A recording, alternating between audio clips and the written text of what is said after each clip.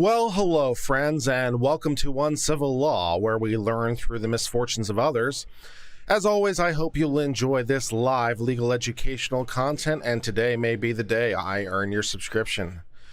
For today's story, we are doing coverage of one of the only lawyers who makes Binger look good. Yes, it is our very own Legal Eagle. You know, this guy is partisan, and it colors his law and analysis in so many ways. And I don't know if he knows that or not, but it does. And it's annoying. So, we're going to watch this stream today together, and I'm going to react to it together with you live for the first time. So, content warning. This episode of Uncivil Law may involve images and sounds of Legal Eagle. Okay, let's press on.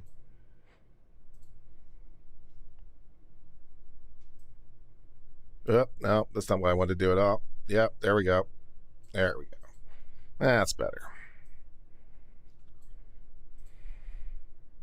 After a 2-week trial, a Wisconsin jury acquitted Kyle Rittenhouse for shooting 3 people, killing 2 during a racial justice protest in Kenosha. At the time, Rittenhouse was a 17-year-old from Illinois who traveled to Kenosha after right-wing social media accounts called on people to protect the city from riots. Okay, first of all, right-wing social media accounts, and the right-wing social media accounts are asking people to do what? Protect the city. Protect the city from riots.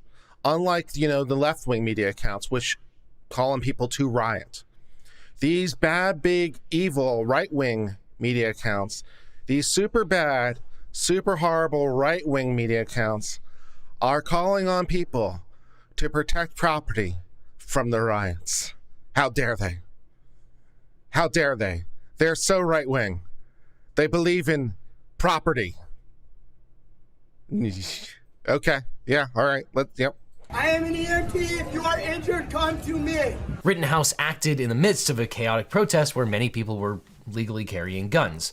Also, not to belie the point, but one of the reasons the right wing is calling on people at large to protect the property, why might that be? Why might it be that we wouldn't, for example, call on the police to protect the property?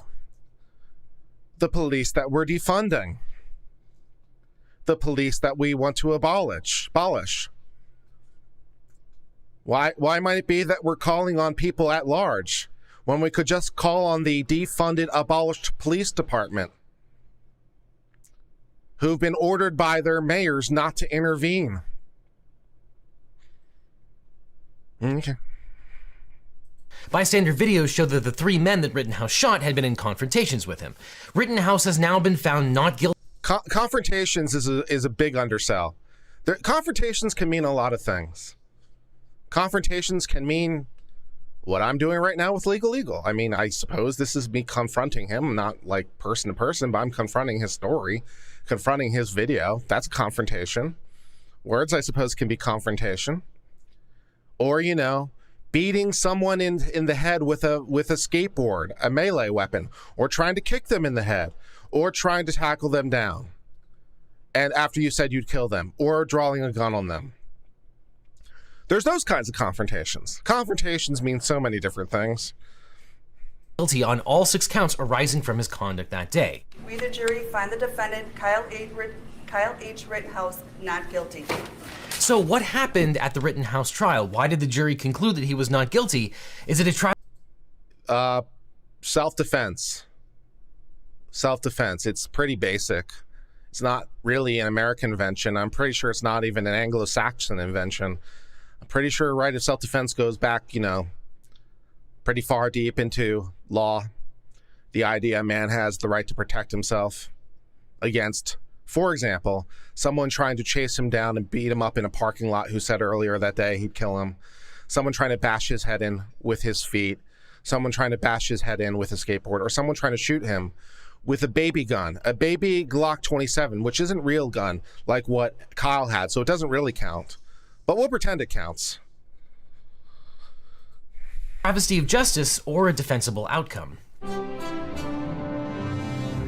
There's no dispute that Rittenhouse killed 2 men and injured a third, but as we talk about often on this channel, that's not the end of the analysis, and here it was only the beginning. Many people— Wow. You mean just because he killed people isn't the end of the analysis?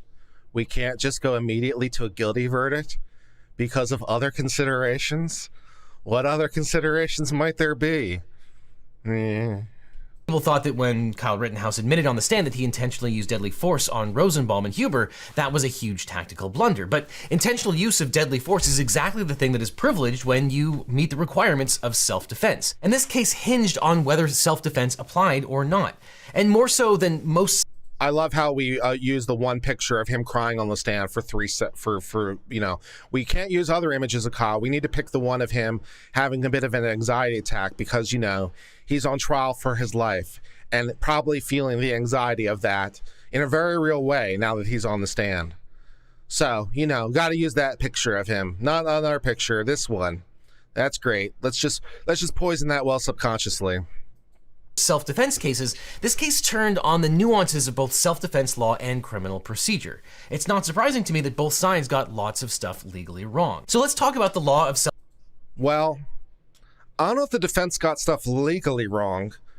It depends on your point of view, I guess. There were a lot of objections they didn't make.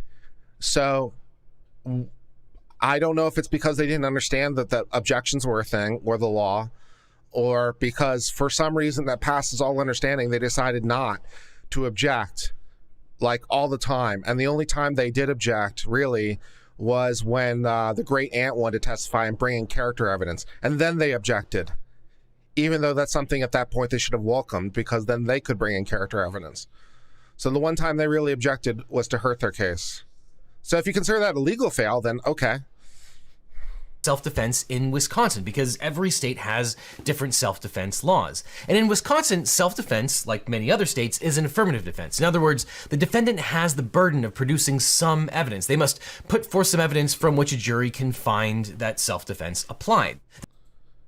Yeah, it's an affirmative defense, but the state has to disprove it. So all they have to say is self-defense. Pretty much. And then the state has to disprove it. So it's an affirmative defense in so much as it has to come from the defense, right? It can't come from the prosecution. If the defense doesn't offer it, then it doesn't apply. But once the defense says self-defense, disprove it now. Okay. This is generally called the burden of production. But then, once the defense has made this relatively minimal burden, the burden of proof then returns to the prosecution, which must disprove self-defense beyond a reasonable doubt, which is the highest standard in all of law.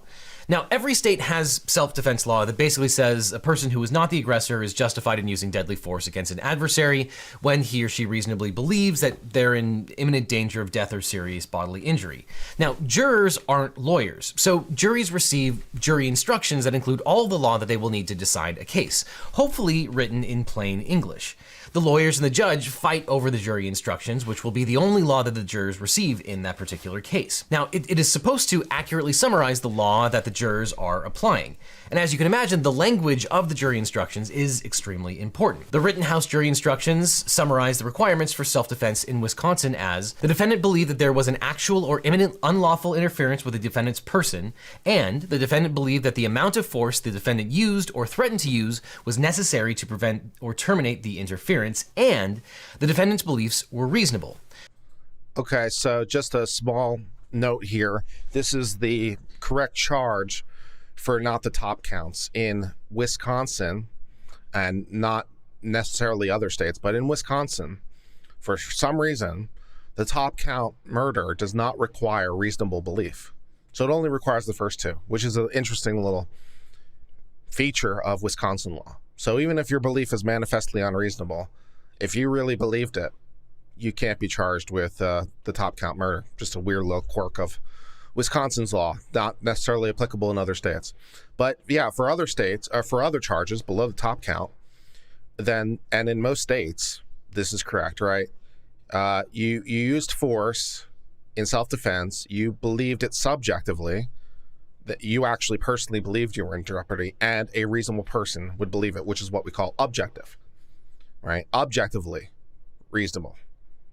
And what we mean by objective is from the third party viewpoint. So that's what we mean by objective in this context.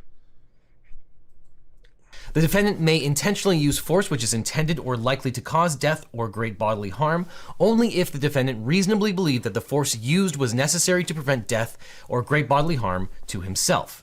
Now, in a situation like this, a reasonable belief doesn't mean true. One can have a reasonable belief but still be mistaken. Yes, correct. This is what we call mistake of fact, to be distinguished from a mistake of law. You all have heard the maxim that mistake of law is no excuse, but mistake of fact can be when you mistake a fact, right? So if you have a statute that says you have to have a reasonable belief, right? Then if your belief is mistaken, but reasonable, right? Then the statute is what's giving you the out. So it's not that you are saying the law doesn't apply. It's not that I didn't know the law. You're not making that argument. You're saying, yeah, the law does apply. It's just the law itself, in its own terms, provides a standard, provides a mens rea, a mental element. Knowing, for example. And if I didn't know, if it was mistaken, then I didn't know.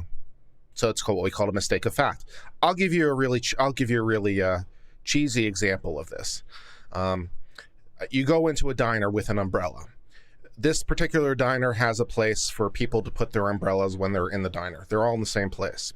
You have your food, you leave, you pick up your umbrella. But it wasn't your umbrella. It was someone else's umbrella, right? So is that theft? No. Why? Because you thought it was your umbrella, mistake of fact, right? The fact you made a mistake. You didn't have the criminal intent. So there's a cheesy example. Reasonableness is determined from the standpoint of the defendant in the situation at issue, not after the fact. And as an aside, the law of self-defense gets slightly more complicated when you're applying it to different varieties of homicide and manslaughter because the mental state required is different for each of those offenses. But you can read the jury instructions themselves and see how the court modified the general rules that apply to self-defense to apply to each of the different charges in this case. It's all written down in relatively plain English, and it's worthwhile. You might be on a jury someday, and you might be faced with similar jury instructions. Now, Wisconsin doesn't have what's called a duty to retreat. In other words, Wisconsin law doesn't require someone whose life is in danger to exercise all opportunities to flee before resorting to deadly force. But jurors can consider whether someone tried to move away from danger as they assess the reasonableness of a self-defense claim. Juries are...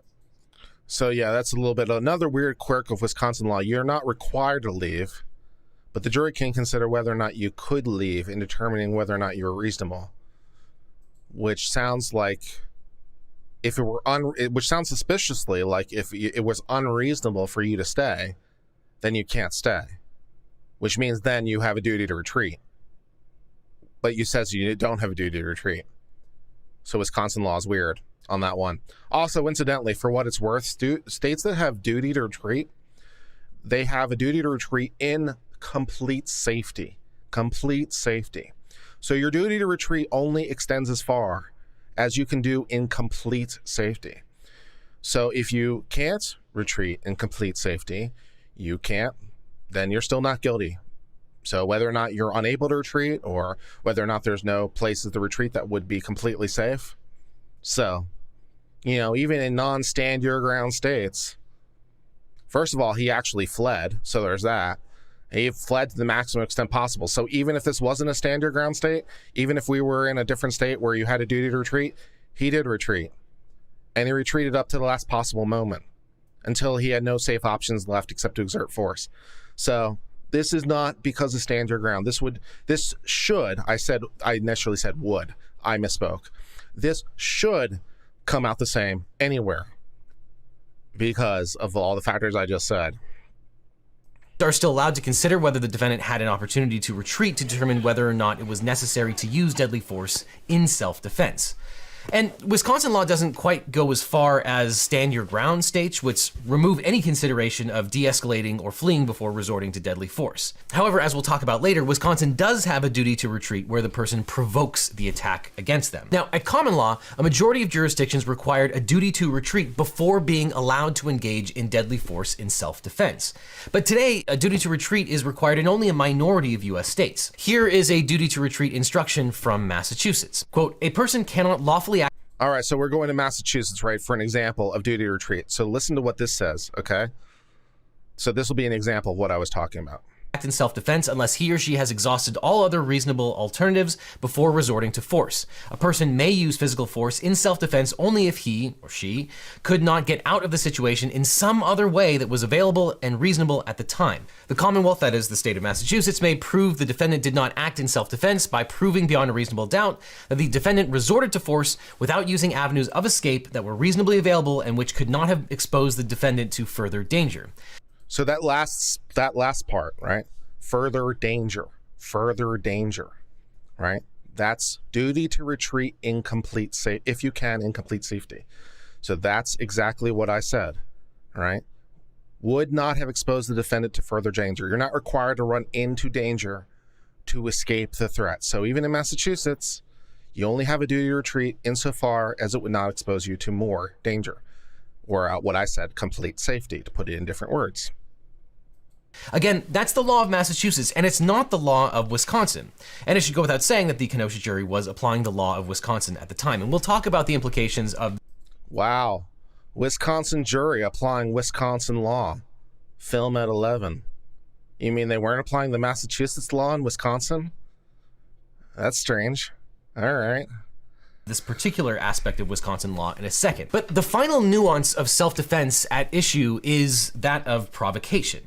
A person who provokes an attack cannot claim legal self-defense, but it's more complicated than just that. The Wisconsin law on provocation states, a person who engages in unlawful conduct of a type likely to provoke others to attack him or her, and thereby does provoke an attack, is not entitled to claim the privilege of self-defense against such attack, except when the attack which ensues is of a type causing the person engaging in the unlawful conduct to reasonably believe that he or she is in imminent danger of death or great bodily harm. Okay, so let's break down this law on provocation, which is an exception to the exception of self-defense, which is an exception to the ability to use deadly force against someone. So let's say you engage in unlawful conduct likely to provoke others. Well, then you can't claim self-defense, except that you can if your provocation causes others to use effectively deadly force against you. Now, we'll get back to this in a second, but the law continues. In such a case where the provoked attacker uses deadly force against the provoker, the person engaging in the unlawful conduct is privileged to act in self-defense, but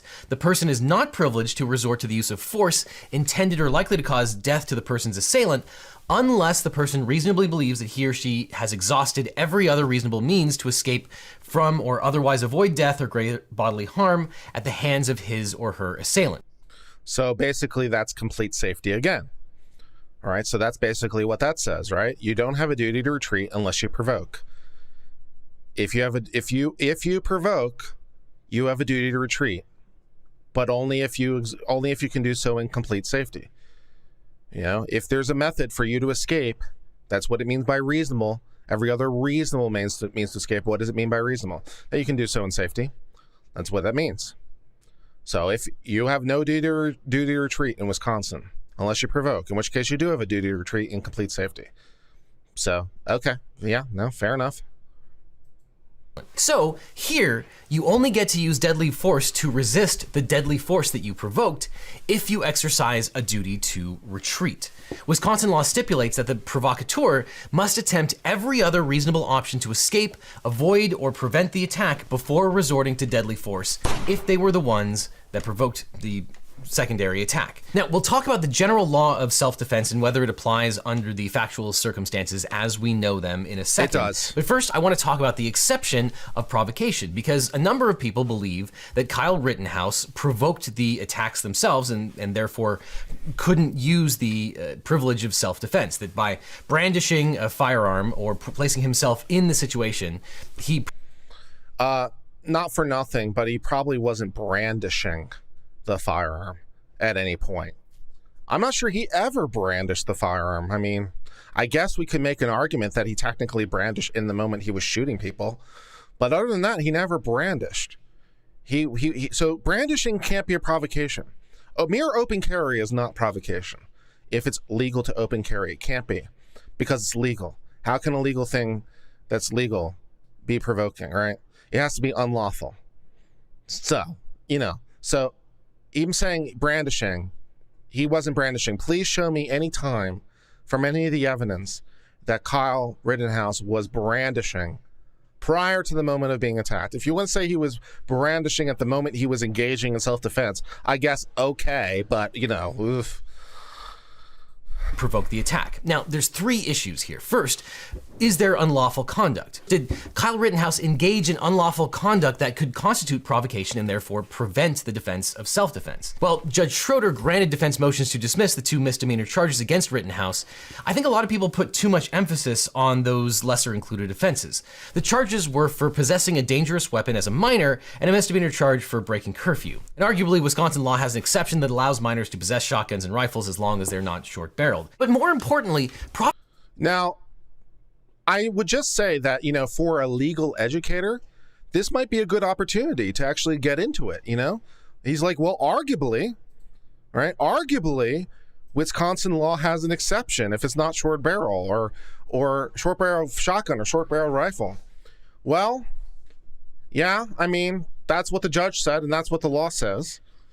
Once the state conceded that it wasn't a short barrel rifle or a short barrel shotgun, once they conceded that element, right, they didn't have it anymore. Basic principle of criminal law: to convict someone of a crime, you need each and every element. You need each and every element beyond a reasonable doubt. So if the state says we don't have one of the elements, well, guess what? Bye-bye charge. You can't prove that which you don't have. But, for a legal educator, this would be a good opportunity to actually go through it in detail. It's not the most well-worded statute of all time, but you could break it down for us, I'm sure, and provide some great education on exactly how this mechanism came into place. But you're not going to do that, are you? You're just going to say, arguably, it could be read that way, instead of actually going through the actual legal analysis to show us why it could be read that way. Okay, that's fine. All right. Provocation requires unlawful conduct of a type likely to provoke others. Now, even if those 2 lesser included charges had stuck, they might not have been sufficient to rise to the level of provocation, mainly because Wisconsin is an open carry state. Mere open carry of a firearm is A, not unlawful, and B, possibly not the type likely to lead to provoking others. Now, I'm oversimplifying here. This is a highly fact-specific analysis, but it's not unreasonable that someone might not find that the gun possession, qua gun possession, didn't lead to provocation. Think about it. Is it the possession? Qua. What a douche. What a douche. Oh, man. So for those of you who missed it, he said, it's not unreasonable for a person to think gun possession qua gun possession, right? And I'm like, oh, what a dick thing to say. Okay, so qua means in and of itself, or as it. So gun possession as gun possession, as opposed to something else. So you're possessing a gun. The gun possession is in the form of possessing a gun, or it's in and of itself. It's hard to give a good example of it. Yeah, I guess it's like a mention versus use distinction. Like you're mentioning it versus using it. But basically that's just saying, it's just saying it, you're using it as that thing. But he has to use this fancy word qua that no one understands. That's QUA for you guys who want to look it up in a dictionary at home. Wow. Possession of the gun that provokes the attack, or is it the possession of a gun by a minor, or possession of a gun that crossed state lines that leads to someone provoking an attack? If you think it's the former, well, that's not illegal, and the latter probably doesn't provoke an attack. No one says, oh, the reason I'm attacking you is that you're a minor with a firearm, not that you're carrying a firearm in the first place. And additionally, breaking curfew probably couldn't be the requisite predicate because lots of people were breaking curfew and it wasn't leading to mass provocation. Now, it's a closer call when you consider Rittenhouse admitted that he pointed his gun at the victims and claimed that when he was pointing his gun, it wasn't a dangerous provocation. Now, you could argue... Well, he pointed his gun at a victim, Rittenhouse, but at that point, the chase had already started, right? So he was already in flight for fear of his life because Rosenbaum was chasing him, and he said, if I catch you alone, I'm going to kill you. So, like, him using the firearm to brandish it, which is what he's doing at that point, is after the provocation. The provocation is Rittenhouse, as Rosenbaum chasing him. Yeah. Okay.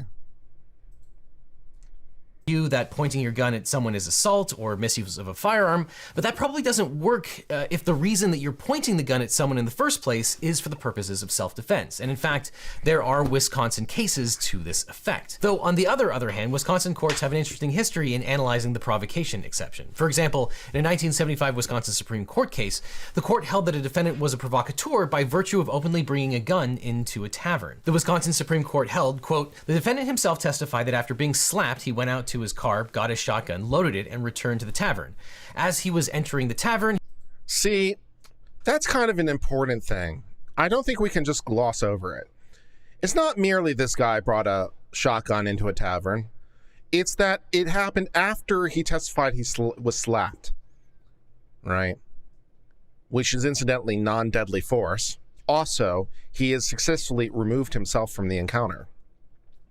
So having retreated from the encounter, he can't then go back into the encounter. All right? You can't do that. You can't exit the encounter and then voluntarily re-encounter it. So if there's provocation and you decide to leave, then you decide to come back, the provocation is extinguished because you left. If the provocation finds you, like if they chase you outside, then fine. But if you leave, you can't go back in. And also this fact that he was slapped in, kind of lays some additional color to the shotgun possession. So, yeah. He was grabbed from the side by someone and he pushed that person away. He saw Freddie Jones start toward him and he started shooting. He stopped after 4 shots and after Jones was out of sight. The defendant requests that the court grant him a new trial in the interest of justice. We find no merit to this contention. When the defendant left the tavern, got his shotgun out of the trunk, loaded it, and returned to the tavern, he became the provoker. Additionally, there's an 1883 Wisconsin Supreme Court case that says, quote, if one points a loaded gun at another and the other grapples with him to prevent the shooting and is shot, it is murder. And this... Okay. This is like one sentence from one case. And, all right, I guess I applaud you for finding the one sentence from one case that, taken out of context, seems to apply to this situation. It's like, well, I mean, he did point it. He did point it, and he tried to grapple with it, right? So he pointed at Rosenbaum, and Rosenbaum tried to grapple the gun. I mean, that's what even Kyle said. So that means it's murder. Ha, ha, ha, ha, ha. This sentence is undoubtedly the summary thought of some deeper analysis. It probably does not just play right off the page. So this quote is almost certainly disingenuous. This is especially important in the context of the Rittenhouse shooting. Even Rittenhouse's testimony seems to indicate that Rosenbaum didn't lunge at Rittenhouse until he raised his gun at Rosenbaum, and that the reason, or at least one of the reasons... Well, I guess strictly speaking, he didn't lunge at Rittenhouse until he pointed the gun at him, so that is true. I guess as to that much, you are correct. Yeah, Rosenbaum did not lunge until after the gun was pointed at him. But he started chasing him. But we'll use the word lunge because we're trying to imply. I think what we're trying to imply,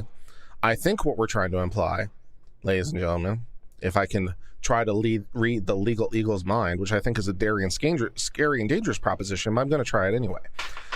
I think what he's doing is because he's saying, well, he didn't lunge until after the gun was pointed at him, which, while technically true, I think what his audience is going to hear is he wasn't provoking until the gun was pointed at him, or he wasn't a threat till the gun was pointed at him, which is less true of a proposition.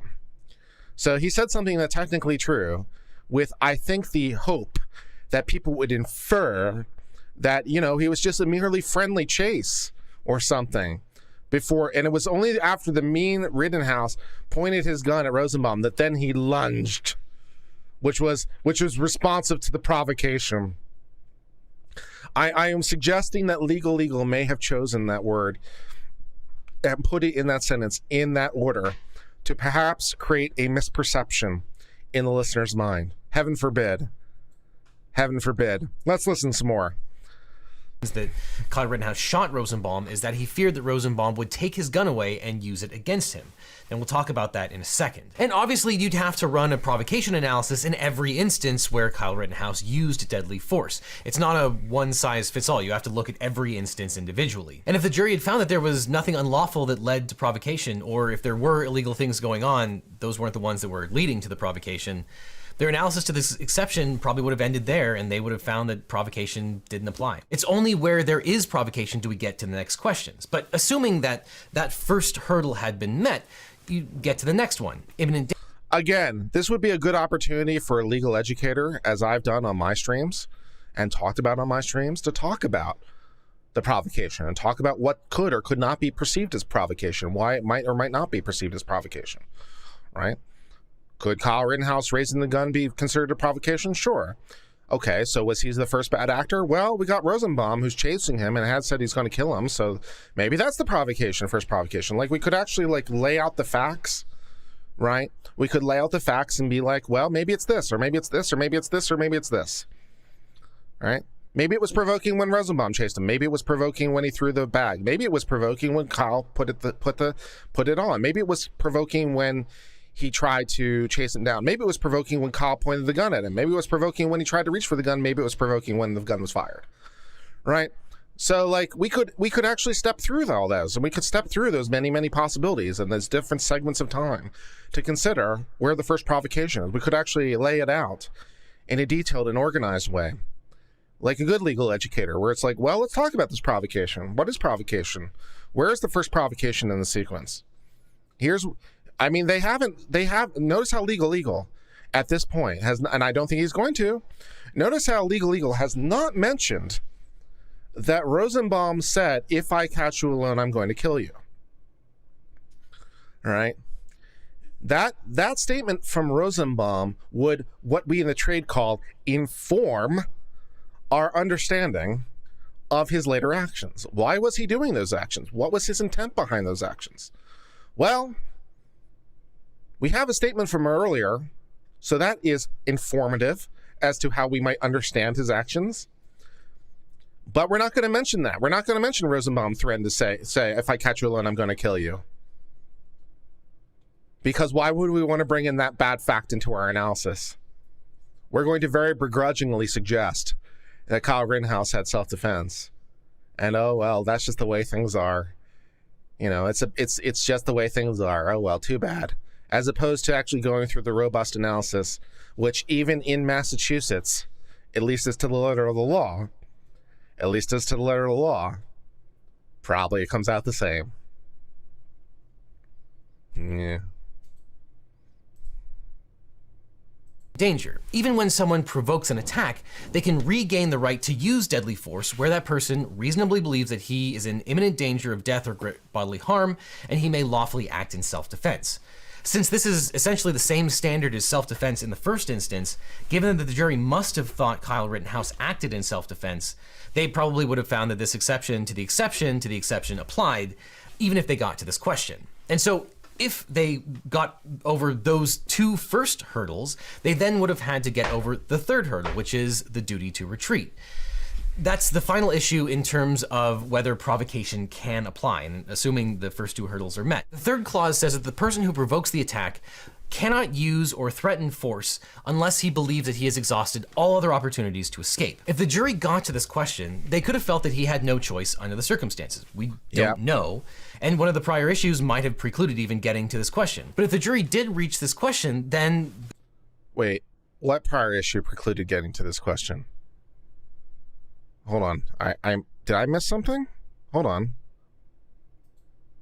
Says that the person who provokes the attack cannot use or threaten force unless he believes that he has exhausted all other opportunities to escape. If the jury got to this question, they could have felt that he had no choice under the circumstances. We don't know, and one of the prior issues might have precluded even getting to this question. But if the jury...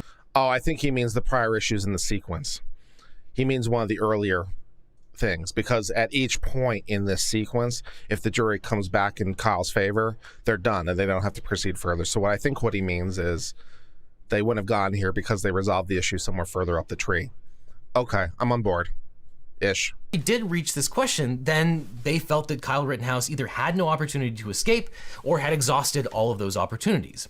If that's the case, whether Wisconsin had a general duty to retreat might not have changed the overall outcome here anyway. Anyone... Yeah, so what opportunities did Kyle Rittenhouse have to retreat at the last moments? You know, in safety or otherwise. And, you know, when he fired at Rosenbaum, what opportunities did he have to retreat? All right. When he fired at Huber and Grauskowitz and Jump Kick Man, what opportunities did he have the ability to retreat while he was on his ass on the ground? Kind of makes it hard to retreat. Yeah. Anyone who says that this is a simple case of self-defense and legal, as someone in chat just pointed out, legal neglected to mention this facts. Again, he's neglecting to mention facts that would help his audience to understand why it came out this way. Maybe it was true. Oh, why might that be true? Legal. Would it be because when he fired on Rosenbaum, he was already on the ground and he had no ability to retreat? Was it because when he fired at Huber and Junk Kickman and Grauskowitz, he was already on the ground and had no ability to retreat? What ability to retreat did he have at that point? Would you like to lay that out? Would you like to mention those facts? No, we're not going to mention anything that would help explain the jury. We're just gonna say the jury can reach these questions without explaining why they might have a basis to reach those questions. And then then his audience can just go, silly jury. Tricks aren't for kids.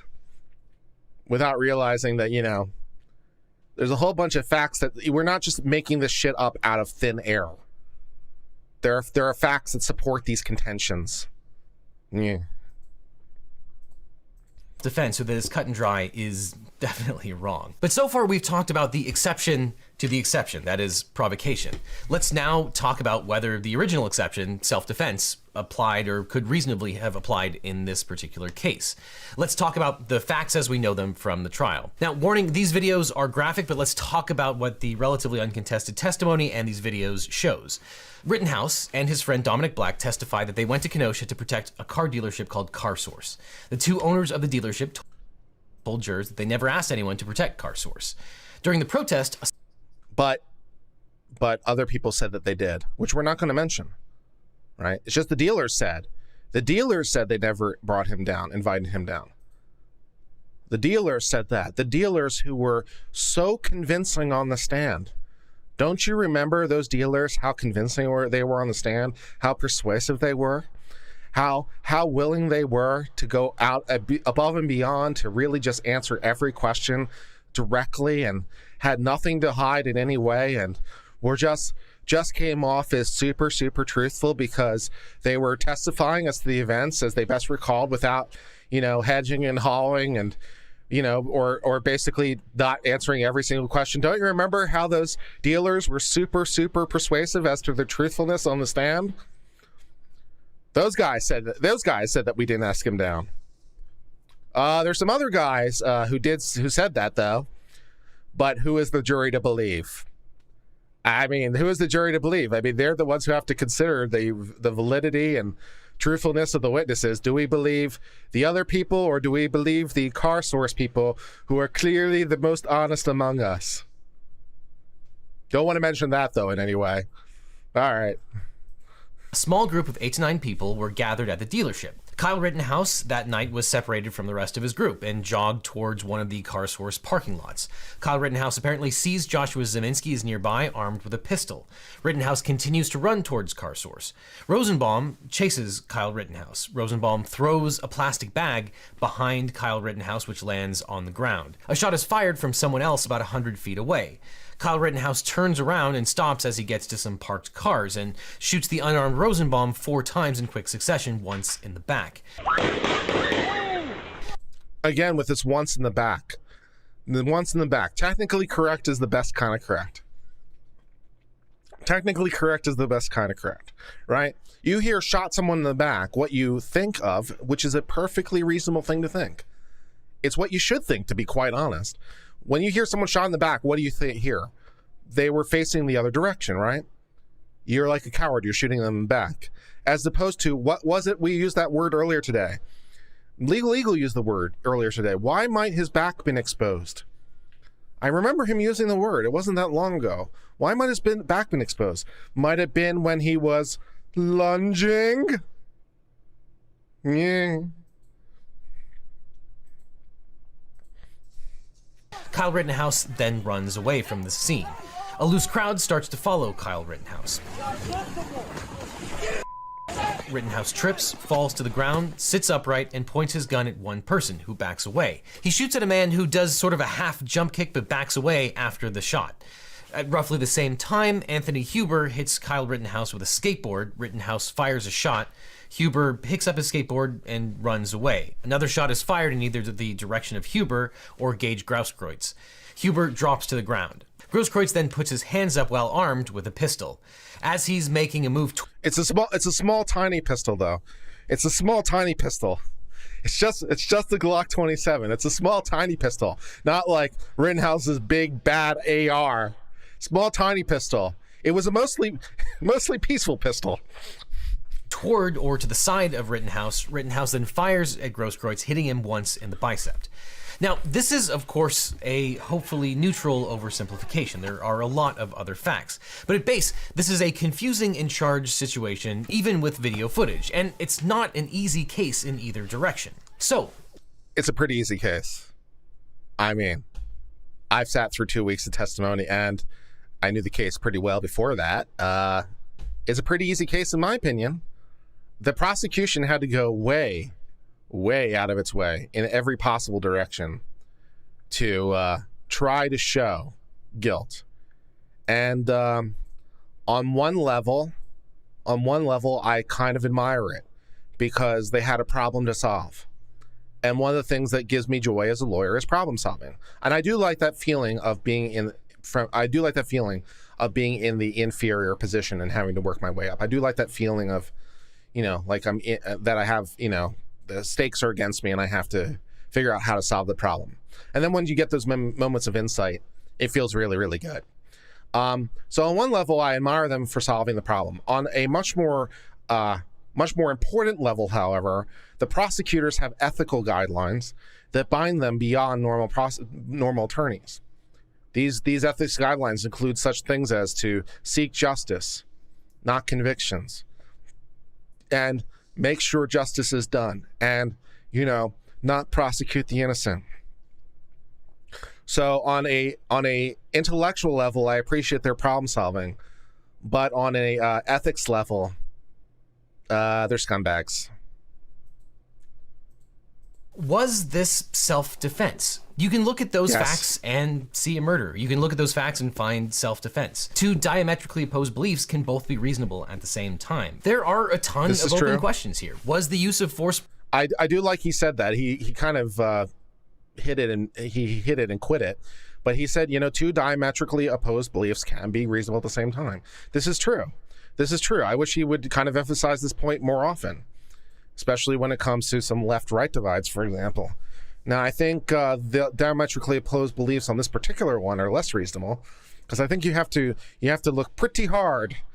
You're pretty hard to find those, find it, in this case. But, as a general proposition, as a general proposition, different beliefs, even diametrically opposed beliefs, can be reasonable. And then what we do as a society is we reason them out. And then we come to hopefully some understandings. Okay. Proportionate in every encounter? Was the use of force reasonable in every encounter? Did Rittenhouse provoke any of those reactions? But the videos and testimony show a chaotic situation and people acting quickly. Now, no blanket assertions can be made. You have to run the self-defense analysis for each incident individually, including the shots fired at the people that weren't Rosenbaum, Huber, or Grosskreutz. With the provocation argument aside, one might look at these incidents in question and decide that they were self-defense. After all, in the latter two incidents, Kyle Rittenhouse was fending off what was arguably an attack with a skateboard, and in another, the man admitted he drew a gun on Rittenhouse.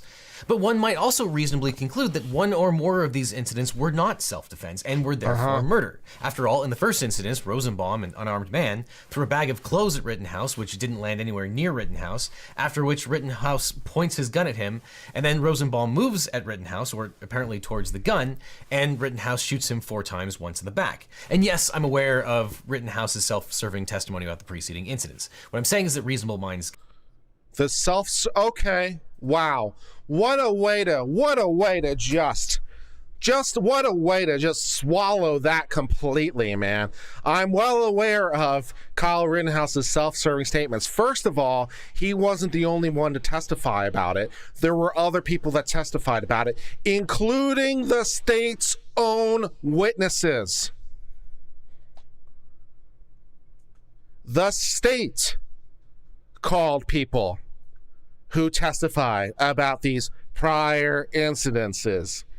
Second of all, would you like to tell us what those prior incidences are so it might help educate us, so we might be able to draw a more informed conclusion, right?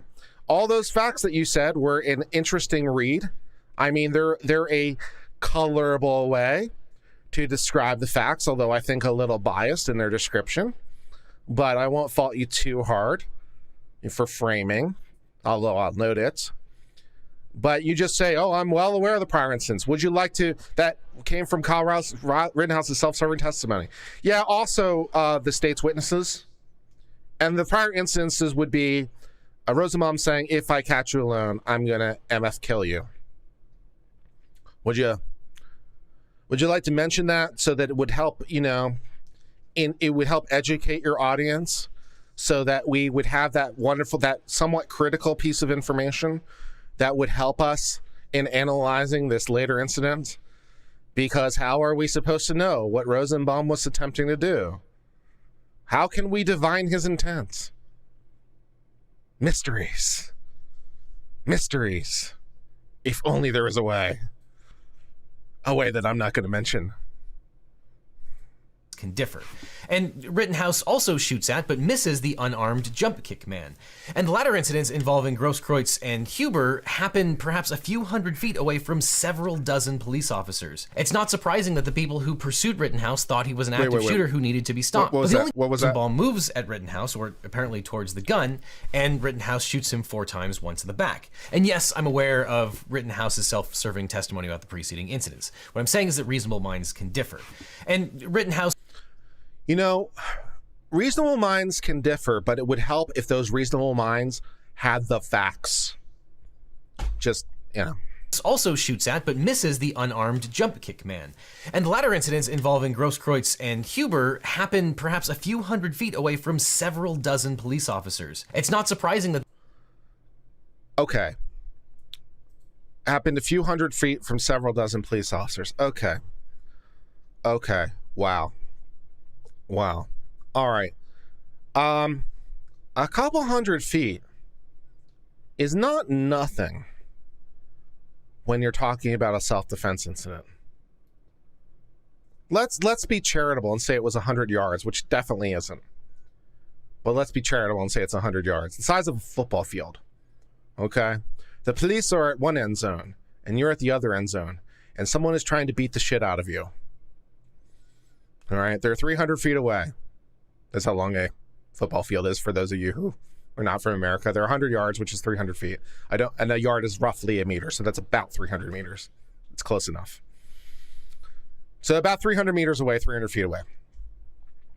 When they're trying to kill you right now, it's 300 feet's a lot of feet. Oh, wait, no, it's 100 meters. Sorry. Wait, no. Yeah, because a meter is a yard. Sorry, it's 100 yards, 100 meters. I screwed that up. I'm sorry. So it's 100 meter or 300 feet. I'm sorry, my bad. Let me try that again. Yeah, a meter is about a yard, not a foot. That's stupid. So it's 100 meters or 300 yards. Or no, it's 100 meters or 300 feet. I'll get it right eventually. It's 100 meters or 300 feet. All right, 100 meters or 300 feet is a lot when they're beating the shit out of you right now. Right now.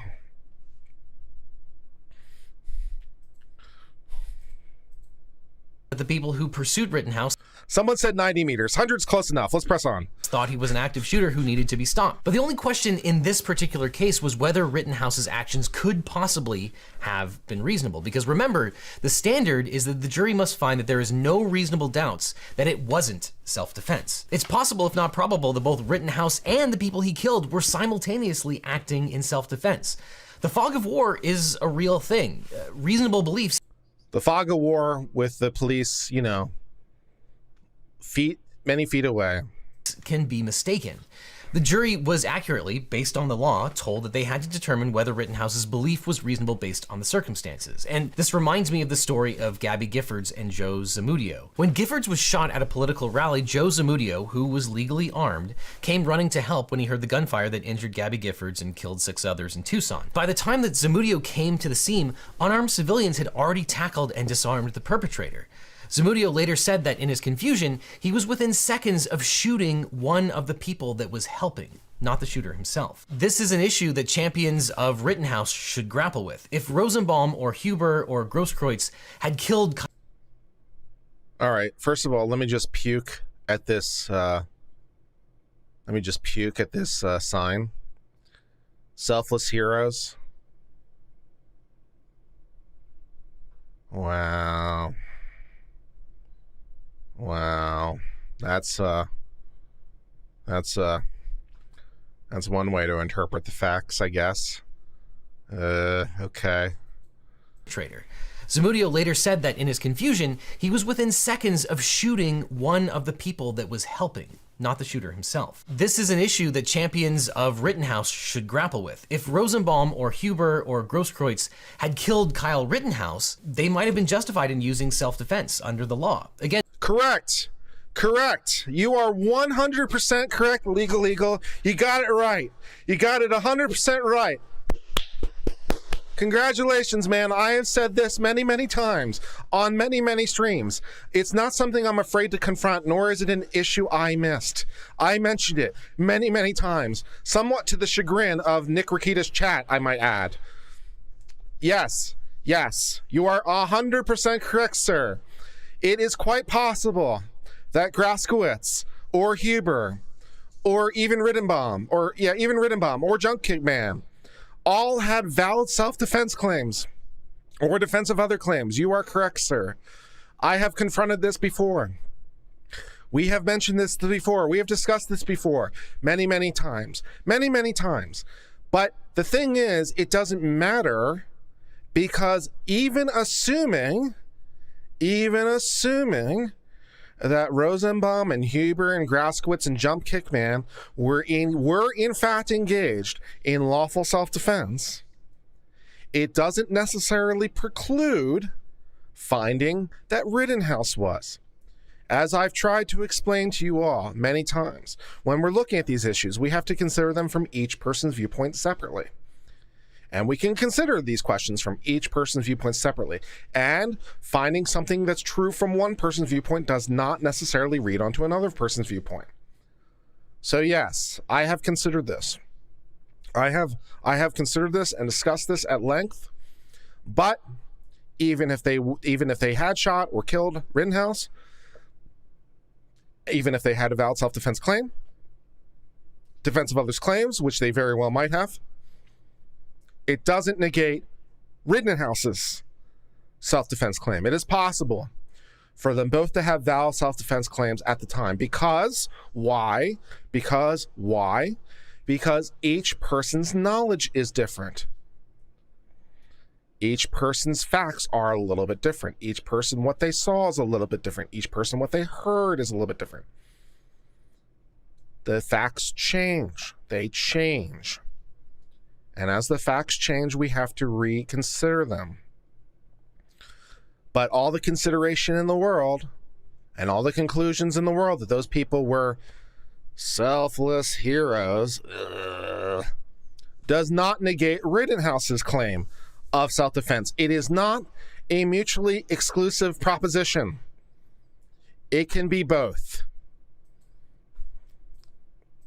And reasonable minds might differ on this, but any system that incentivizes rule by the last person standing, that is, killing the only person who might dispute your claim of self-defense, that seems, well, suboptimal. To this point that my notes simply say, vigilantism is bad, and I stand by that. I also worry that is becoming a controversial position. Net, bringing guns to a protest is bad. Anyone that brings it, not just Kyle Rittenhouse. But there's a large strain of people that simply say that Kyle Rittenhouse shouldn't have been there, and that's the reason that he can't use self-defense. And by most accounts, Kyle Rittenhouse meets the definition of a vigilante. But whether Kyle Rittenhouse...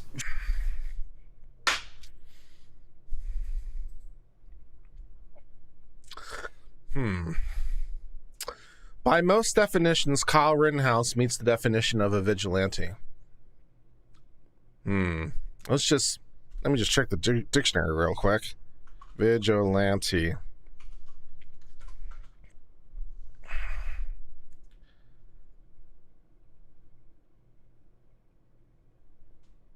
A member of a self-appointed group of citizens, well, they weren't self-appointed because they were asked, remember, who undertake law enforcement in their community without legal authority. They do have legal authority to protect property. They were asked. Typically because the legal agencies are thought to be inadequate. Well, I see some problems in your definition there. They weren't self-appointed, and they did have legal authority. They had legal authority to carry guns. They had legal authority to protect property. They were behaving illegally. So, no. But, thanks anyway, I guess. There's the definition of vigilante, by the way, from the OED, in case anyone cares.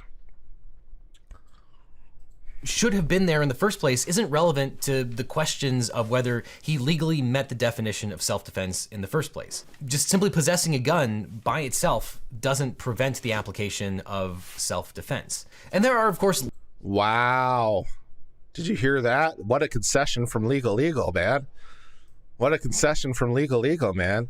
He admits that merely possessing a gun doesn't mean you lose the right of self-defense. Wow. That's nice. Okay. Hey, good. All right. Larger social issues here as well. Many have claimed that it would have been impossible for a black person to kill two people, injure a third, and fire at a fourth, and live to walk away from the scene, as Rittenhouse did. And then, of course... Let's not bring race into this, because I don't. I don't bring race into this, nor do I let my politics get into it, because I don't care. The law is the law. I'll give you an example of exactly what I mean. I've seen some people on Twitter today who are disowning Rittenhouse because Rittenhouse said that he supports BLM on his interview with Tucker Carlson. There appear to be some very fair weather supporters who say, well, now I feel cheated. I feel misled. What do you mean he's a supporter of BLM? And I'm over here like, I don't care. I don't care either way. Because it doesn't impact the analysis. It doesn't impact the analysis. I don't care. You know how you know that's true? My 58-part series on the Capitol riots. I don't care if it's BLM. I don't care if it's Antifa. I don't care if it's Trump supporters. I don't care. I don't care. And when I find out, oh, their politics are different, guess what happens to my legal analysis? Nothing. Nothing, because there's no element of the crime which is in any way dependent on their political positions. I suppose if there was some crime that somehow, where their politics would somehow be an element or factor in the crime, then I guess my analysis would change. But those of us who try to actually read the law instead of being partisan hacks, unlike some law presenters I could mention on the YouTubes, unlike some of us on the YouTubes, no names, someone else, unlike some other people, we actually try to apply the law evenly to the facts. And I don't care about the race of any of these people. I don't care. I never have cared, let's just look at the facts. Let's look at the law. He supports BLM. Do I care? Nope. Pressing on. Of course, to be found not guilty. And we can probably evaluate whether this is true or not. One way to look at this is by studying the data on how juries perceive self-defense. A study by John Roman found that homicides with a white perpetrator and a black victim are 10 times more likely to be ruled justified than cases with a black perpetrator and a white victim, and the gap is larger in states with stand your ground laws. And after accounting for a variety of confounding factors, such as whether the victim and perpetrator were strangers, the gap is smaller but still significant. Cases with a white perpetrator and black victim are 281% more likely to be ruled justified than cases with a black perpetrator and white victim. But okay, well, I don't know. And I don't know if this study attempts to answer this question or not. But first of all, I don't know that's true, but let's take it as given. Let's take it as a given that when we apply for these confounding factors, such as whether they knew each other, which is one hell of a weasel word, by the way, because what other confounding factors are we slipping into, such as, right? So what other factors are we accounting for? But okay, let's assume that, it's 281%. It's 2.8 times more likely if you have a white person shooting a black person than a black person shooting a white person for self-defense. Okay. So then the first obvious question would be, okay, are those rates warranted? I mean, I don't know. I don't know if anything can be said about the aggregate of black people killing white and white people killing black. I don't know if anything can be said about the aggregate of it as a collective total. But at least as a matter of first principles, it's at least hypothetically possible that it's 2.8 times higher because it is 2.8 times more higher. Right? It's at least theoretically possible the rate's 2.1 in terms of the being applied because it is in fact 2.8. I mean, that's a possibility. It could be that much, or it could not. So I don't know if this study attempts to control for that or not. I don't know if it attempts to say, well, can we show that this is due to what factors are we trying to factor into confounding factors? What are we trying to correct for, and what aren't we trying to correct for? And did we try to correct for the possibility? Which may or may not be true, but did we try to account for the possibility that the rate is 2.8 times higher because it is in fact in reality 2.8 times higher as opposed to some sort of underlying prejudice or systemic treatment? It could be racism. It could be systemic treatment. Those are possibilities. Did we consider the possibility that that's reality? Did we even look into the possibility? Incidentally, this would be a good thing to do from first principles. It would be a good thing to do because maybe we do the analysis, we look at it, and it turns out, hey, you know what? In reality, it's not 2.8 times higher. We do all the analysis and say, geez, in reality, it's not 2.8 times higher. There is a skew that we can't account for. Then maybe we have to have a different discussion. Right? Then we can have a discussion about, well, geez, why is that? Why is the system coming to the wrong answer? So why is it coming to the answer disproportionately? Maybe all 2.8 of it is due to underlying possibilities. I don't know. It all could be, and none could be. It could be some mixture in between. I don't know. But wouldn't it be helpful to know? And then if there's still something left we can't account for, maybe then we can say, okay, well, geez, now we've determined there's a real problem. Maybe now we can go into why the problem and how do we correct for that? All right? This would be good information to have as we're considering policy changes. It's like, geez, we have a problem. We've identified the problem. Let's figure out why the problem is happening so we can figure out a solution to the problem so this will stop happening. Does this study try to do any of those things? Doesn't sound like it. Systemic issues like that weren't on trial here. You don't adjudicate those kind of systemic issues in a criminal court of one individual. Oh, wow. All right, I want to hear that again. All right, wow. Hold on. With a black perpetrator and white victim. But systemic issues like that weren't on trial here. You don't adjudicate those kind of systemic issues in a criminal court of one individual. The issue is whether... All right. Hold on. Okay. First of all, that is a more telling admission than I think he understands. Because it seems to me, my friends, that some of my friends on the left and the progressive left, it seems to me that some of them don't want to look at individual cases. They don't want to look at the individual facts and circumstances. They want to only look at things in the aggregate, in the gross. They want to say things like, for example, the rate between black and white people in terms of self-defense when the victim is of a different color, there's a 2.8 times difference for the black people in the wrong direction. So as between black defendants and white defendants, when the victim is of the opposite color, there's a 2.8 time differential that negatively impacts the black people. Okay? Now, it might be because that's what it is. It might be because of systemic issues, or it might be some blend in between. We have no idea, because the study doesn't appear to go into those details to answer those questions. But it seems to me that my friends on the other side of the aisle often don't want to look at the individual circumstances. They want to look things in the aggregate, because in the aggregate, there's disparity. Let's talk about equity. Let's talk about equity, my friends on the left say. You know, the population is 23% black, they say. This employer doesn't have 23% black in its upper management. Ergo, therefore, necessarily, it follows vis-a-vis its racism. They don't want to actually look at the individual circumstances to determine if that's true.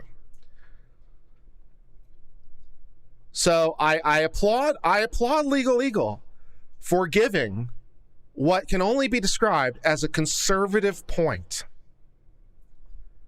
That's something a conservative would say. Legal Eagle secretly conservative the whole time, I guess, right? Hey, we can't deal with the systemic issues on an individual basis. We need to consider the individual facts that apply to this case. Hey, wait a second. You can't say that. You can't say that, Legal Eagle. That's my line.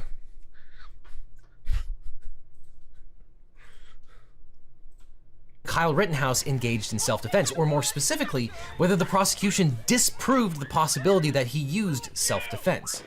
And for what it's worth, there are lots of people who think that Kyle Rittenhouse's actions were not self-defense. There are lots of other reasonable people who think that Kyle Rittenhouse's actions were self-defense. Now, I doubt... Are those reasonable people looking at the right factual picture?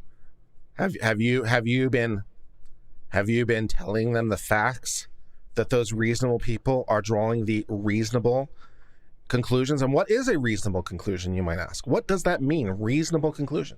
Well, I'd like to offer a reasonable conclusion as one on which reasons can be offered. You can offer reasons. That's what makes it reasonable. I can offer reasons. Would you like to offer some reasons? Would you like to offer some facts that help support those reasons? No? You wouldn't? Okay. All of those people in both of those groups watched 100% of the trial, then spent days poring over the jury instructions like the Kenosha jury did. But the thing is, if reasonable people really could conclude that this was self-defense, then it means that the prosecution didn't prove self-defense beyond a reasonable doubt. Wait. The trial then spent days poring over the jury instructions like the Kenosha jury did. Other reasonable people who think that Kyle Rittenhouse's actions were self-defense. Now, I doubt all of those people in both of those groups watched 100% of the trial, then spent days poring over the jury instructions like the... Yeah, I doubt that too. I doubt that too. Now, I'm not suggesting that they have to look at everything, but maybe you could give them some critical facts, like, you know, the death threat and the fact they couldn't escape. You could give some critical facts that would help to buttress the other side. Yeah, that might be nice. The Kenosha jury did. But the thing is, if reasonable people really could conclude that this was self-defense, then it means that the prosecution didn't prove self-defense beyond a reasonable doubt. That's the definition of reasonable doubt. Now, that being said, an acquittal doesn't mean that Kyle Rittenhouse didn't do it. It doesn't mean that what Kyle Rittenhouse did was right. And the pathology of Kyle Rittenhouse's hagiography is another issue entirely. And it certainly doesn't... What was that? The pathology of Kyle Rittenhouse? What? The pathology of Kyle Rittenhouse's hagiography is another issue entirely. And it's Kyle Rittenhouse's geography? What is this word? didn't do it. It doesn't mean that what Kyle Rittenhouse did was right. And the pathology of Kyle Rittenhouse's hagiography is another issue. Oh, hagiography, it's a word. Okay, it's a word that I don't know in my dictionary. It's one I don't have in my dictionary. Okay, let's look this word up. The writing of lives of saints. I don't think that's what it is. Yeah, hagiography is the writing of the lives of saints. I don't think that's the word he's going for. I'm gonna go on a bet and say that's not what the pathology of I don't think I don't think that's what he's going for. Kyle Rittenhouse did was right, and the pathology of Kyle Rittenhouse's hagiography is another issue entirely. And it certainly doesn't mean that he did nothing wrong. Does he literally mean that? Does he literally mean what he's saying? The pathology of Kyle Rittenhouse's sainthood? Or the pathology of making him into the saint? So I'm not sure if that's a criticism of Kyle Rittenhouse or if that's a criticism of people that like support Kyle Rittenhouse. Is he throwing stones at Kyle Rittenhouse? Or is he throwing stones at the people that support Kyle Rittenhouse when he says the hagiography of Kyle Rittenhouse? Hold on. Big word man. I want to listen to it again. What are you saying? Who are you insulting in this paragraph? Didn't do it. It doesn't mean that what Kyle Rittenhouse did was right. And the pathology of Kyle Rittenhouse's hagiography is another issue entirely. And it certainly doesn't mean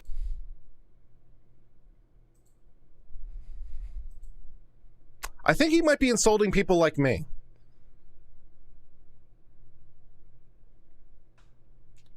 The pathology of people who are writing him into sainthood, which I suppose from his point of view is anyone who thinks he's not guilty.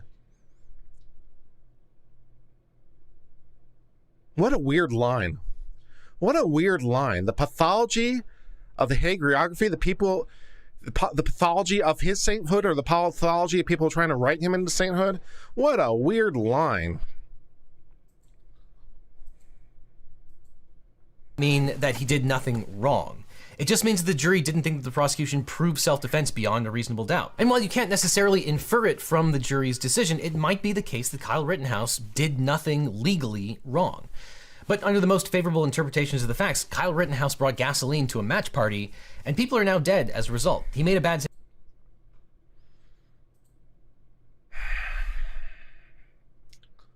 Okay.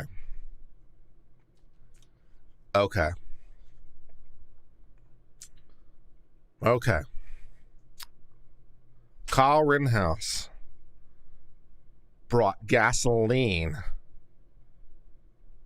to a match party. Okay. First of all, there were people who literally did bring gasoline to this party. There were fires. We've seen them. So there's that. Second of all, how exactly did he bring gasoline? By bringing the gun? His mere presence? His mere presence with the gun was bringing gasoline to this match party? Also, you are also blaming the victim. All right? You're blaming the victim. If you think about it,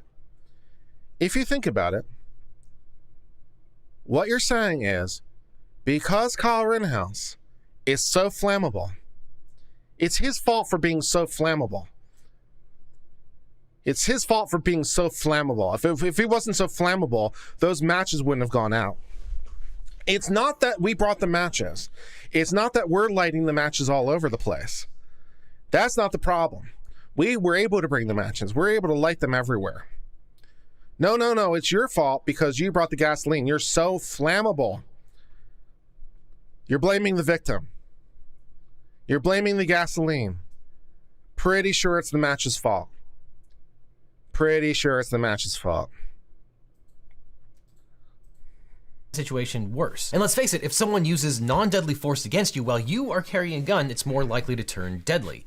Rosenbaum, Jump Kick Man, and arguably Huber used non-deadly force, which would not in the abstract trigger a reasonable belief of imminent harm. Whoa, whoa, whoa, whoa, whoa, whoa, whoa, whoa, whoa, whoa, whoa, whoa, danger, danger, danger, danger. What was that bullshit now? To turn deadly. Rosenbaum, Jump Kick Man, and arguably Huber used non-deadly force, which would not in the abstract. Okay. Rosenbaum, Jump Kick Man, and Huber did not use deadly force. Okay, let's discuss this one at a time. First of all, fists can be deadly force. It obviously depends on the circumstances. Mirror use of fists by themselves do not necessarily imply deadly force. Not just because you got sucker punched doesn't necessarily imply you can respond with deadly force. But more people die every year from hands and feet. More people die from hands and feet every year than all rifle deaths. More people die from hands and feet from being punched and kicked every year than all rifle deaths. Not assault rifles, all rifles. All of them. So, there's that. Secondly, and perhaps more importantly, a fact you continue to neglect to mention, is he said, if I get you alone, I'll MF kill you. Once again, this prior statement, which wasn't merely self-serving from Kyle, as you suggested, legal, it came from the state's own witnesses who testified to it as well. The state said it happened. That somewhat informs what he might be trying to do. He's on concrete. Can you beat someone to death with hands and feet on concrete? And not even necessarily beat them to death, because you don't need that. Remember, the standard is grievous bodily harm. Grievous bodily harm. You don't need necessarily death. You need grievous bodily harm. So, if you got him alone and start punching him on the hard, unforgiving concrete with the threat of death looming in the air, literally, calling that non-deadly force, I don't know, man. All right, let's discuss Jump Kick Man. Jump Kick Man, according to Kyle, made contact with Kyle, kicked him in the face.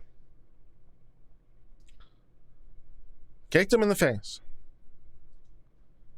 As anyone will tell you, or anyone who knows will tell you, head trauma is classic grievous bodily harm.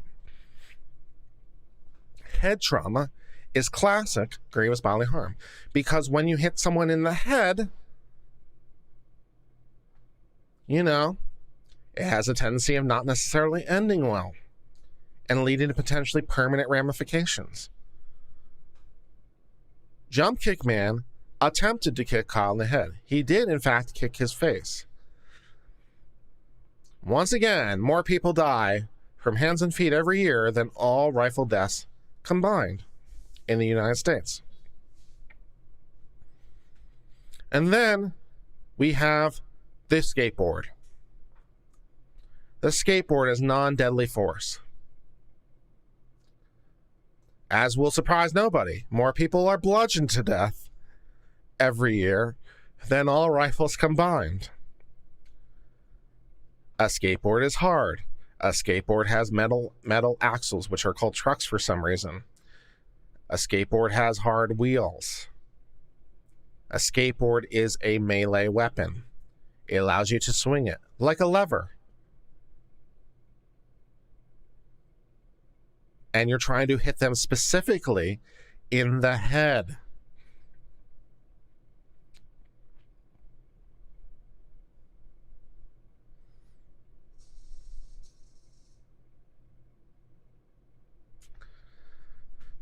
All right.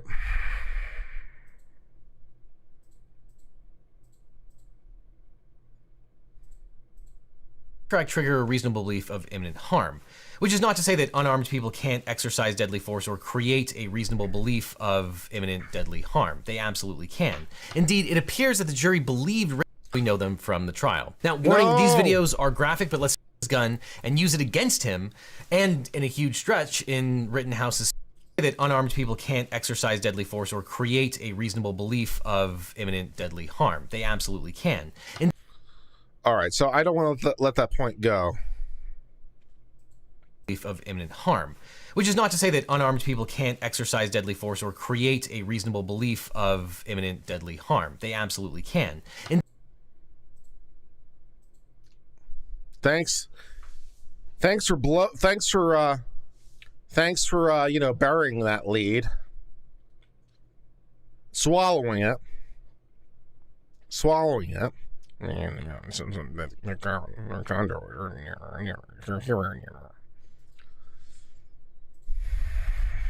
Indeed, it appears that the jury believed Rittenhouse's testimony that they were going for his gun or grabbed his gun in an attempt to take his gun and use it against him, and in a huge stretch in Rittenhouse's speculation, take his gun and use it against others. Now, those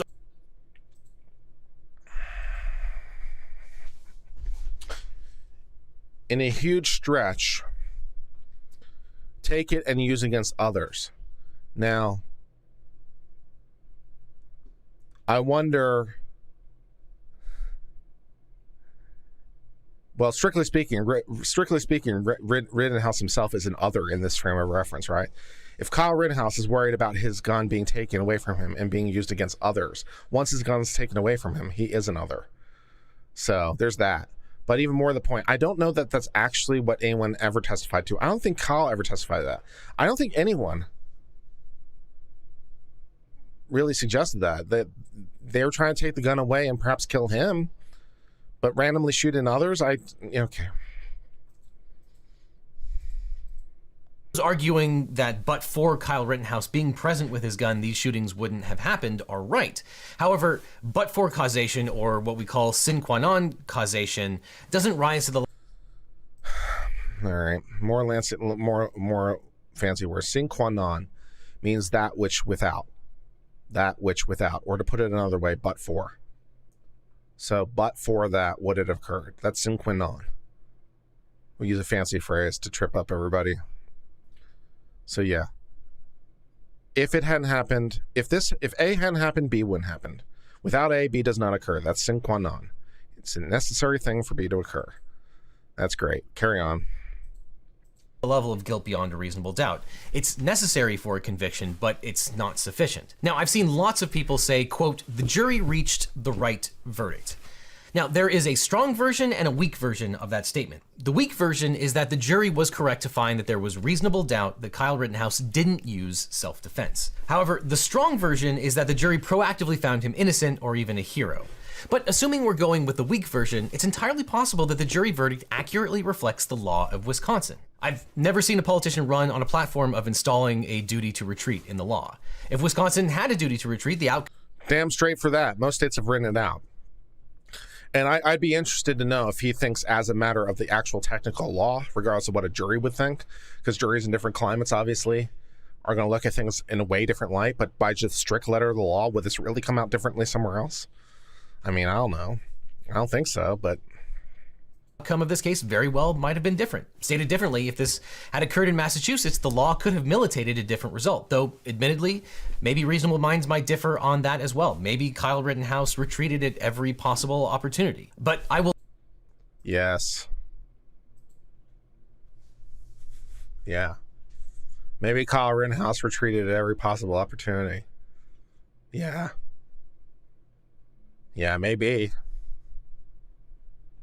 Maybe he did retreat at every possible opportunity.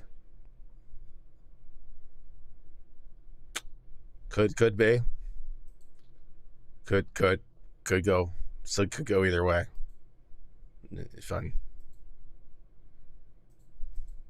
We'll leave it to you and by proxy your politicians as to whether that is a good thing or a bad thing.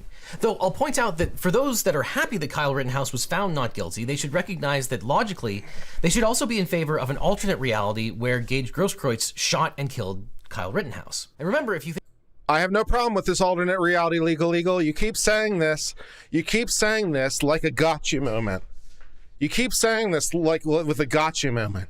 If you're going to believe this for Rittenhouse, then you should have been happy if Grosskreutz killed Kyle. Dun, dun, dun. And I'm over here saying like, well, I mean, the facts allow for that, and there seems to be facts that point in that direction. Right? You'd have to admit that Grosskreutz had self-defense too. Yeah.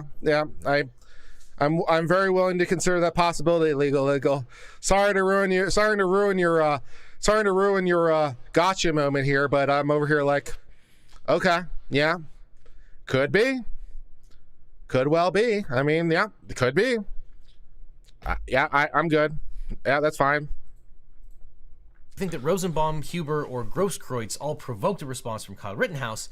Rittenhouse's use of deadly force probably gave them the right to use deadly force right back under the same laws. Correct. And not necessarily even the provocation, right? Because again, remember, it goes to belief. It goes to belief, the reasonable belief, which can be mistaken, as Legal Eagle himself pointed out many moons ago in the stream. Right? As long as they're able to form a subjective and objective belief, subjective means they personally believed it, objective means a reasonable observer, the reasonably prudent person, some third party would believe it. Assuming they're able to form that, yeah. Even if it's mistaken. So you don't even need to conclude that there was provocation or not. You don't need to conclude that. Because all you need to conclude is what they could reasonably believe, even if it was mistaken. Maybe there was provocation by Rittenhouse, maybe not. At least in this alternate hypothetical universe. I don't think there was, as a matter of fact. But in this alternate hypothetical universe, from their perspective, maybe there was, maybe there wasn't. Not as a matter of reality. But if they believe that they were trying to stop someone who's a shooter, yeah, I'm good. Self-defense, defense of others. I've got no problem with this. This sounds fine. I'm still waiting for the gotcha moment. I don't think it's coming.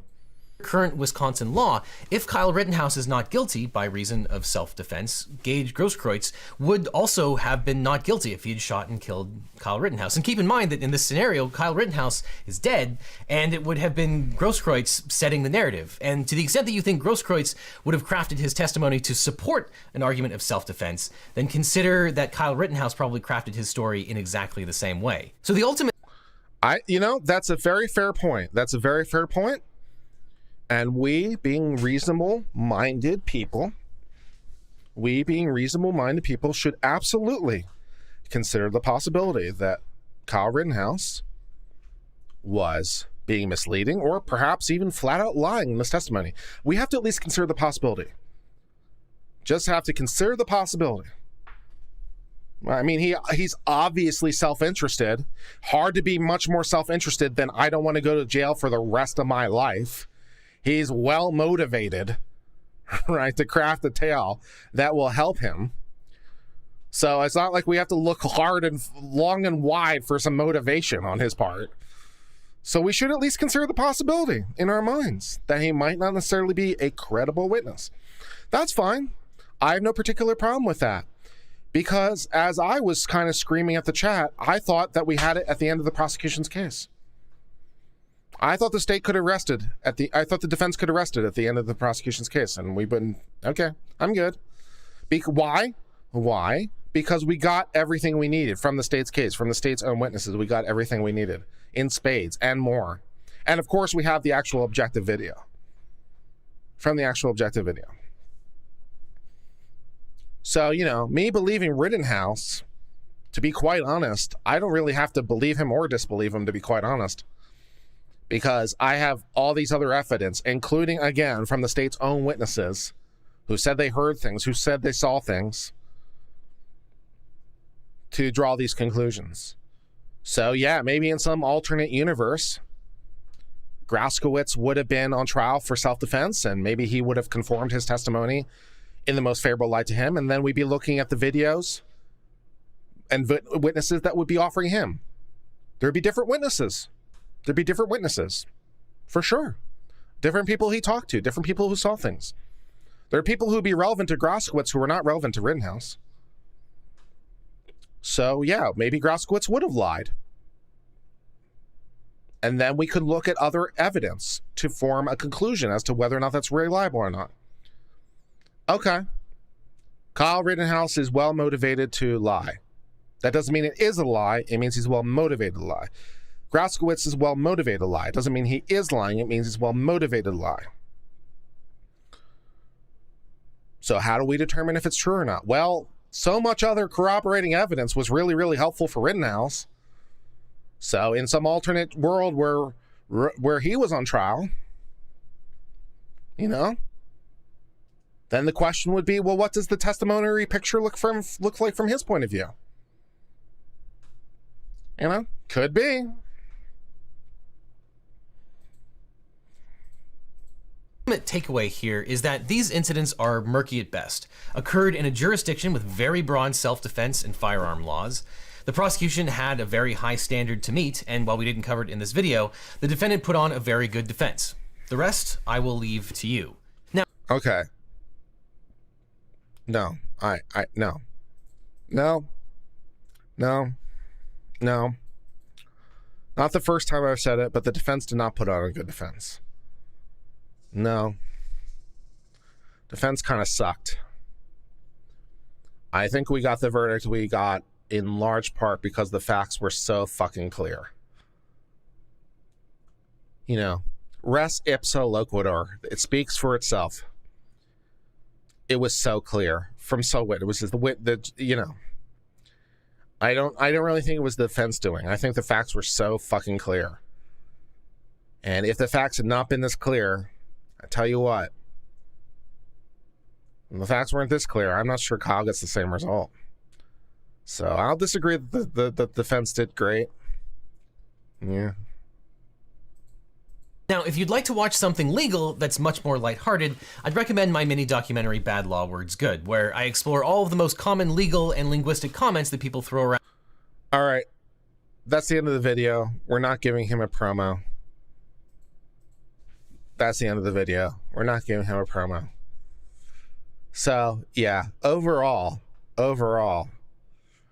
I think the single biggest sin from this video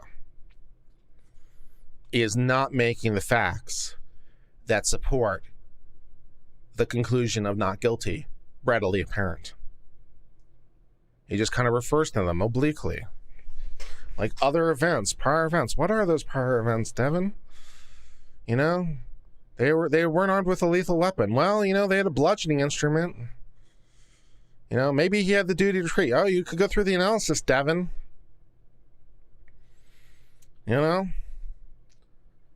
So I think the biggest single thing that's a sin for his videos in general, and including this one, is he simply fails to mention any fact that would help to support the not guilty conclusions. He has no problem mentioning the facts that would support the guilty conclusions, but you know, he could inform his audience, not for least of reasons. This might be the first time that some of his audience is hearing it because of the echo chambers, right? He could make clear that all of Kyle's victims were white and there were no black people shot. He could make clear the gun never crossed state lines. He could make clear there was a death threat earlier in the day from Rosenbaum. If I get you alone, I'm going to MF kill you. That might in some ways inform our understanding of later events. He might note that he retreated until he was captured. He might note that he retreated until he fell on the ground. He might note that brain trauma and head trauma is considered standard grievous bodily harm sufficient for lethal self-defense. He might note the threats from Rosenbaum didn't only come from the self-serving mouth of Kyle, but also came from the state's own witnesses.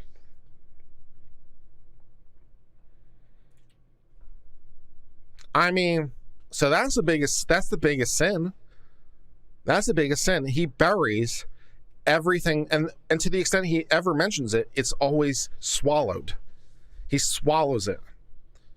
He's like, well, you know, they didn't have lethal self-defense, blah, blah, blah. No, I'm not saying that a person who's unarmed can't be a lethal self-defense. You know, I'm done. Bury it.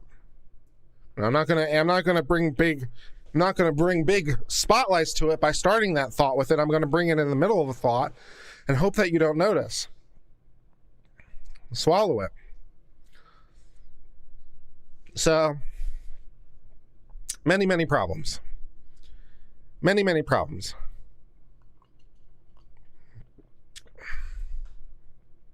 Let's read some super chats.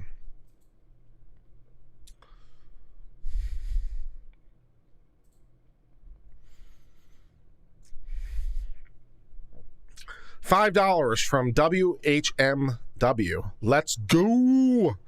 Patrick Carey, $5. Boy, you sure love to raise your own blood pressure. And how?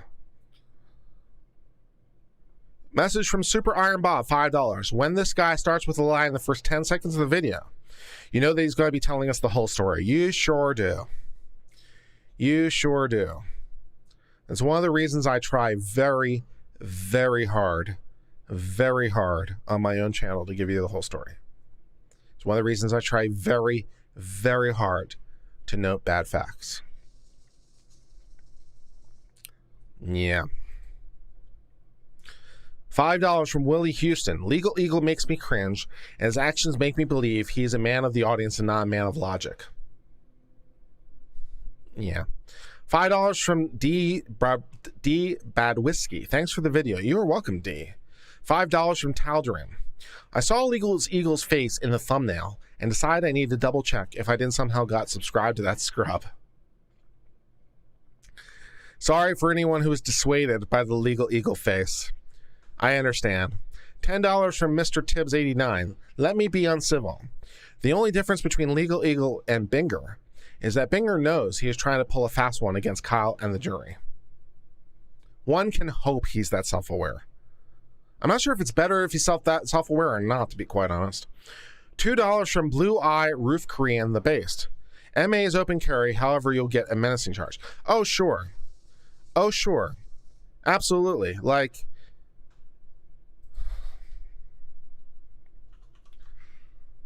Okay, so there's a pinned comment to the YouTube video, so now I have to pull the... Okay, hold on. Hold on.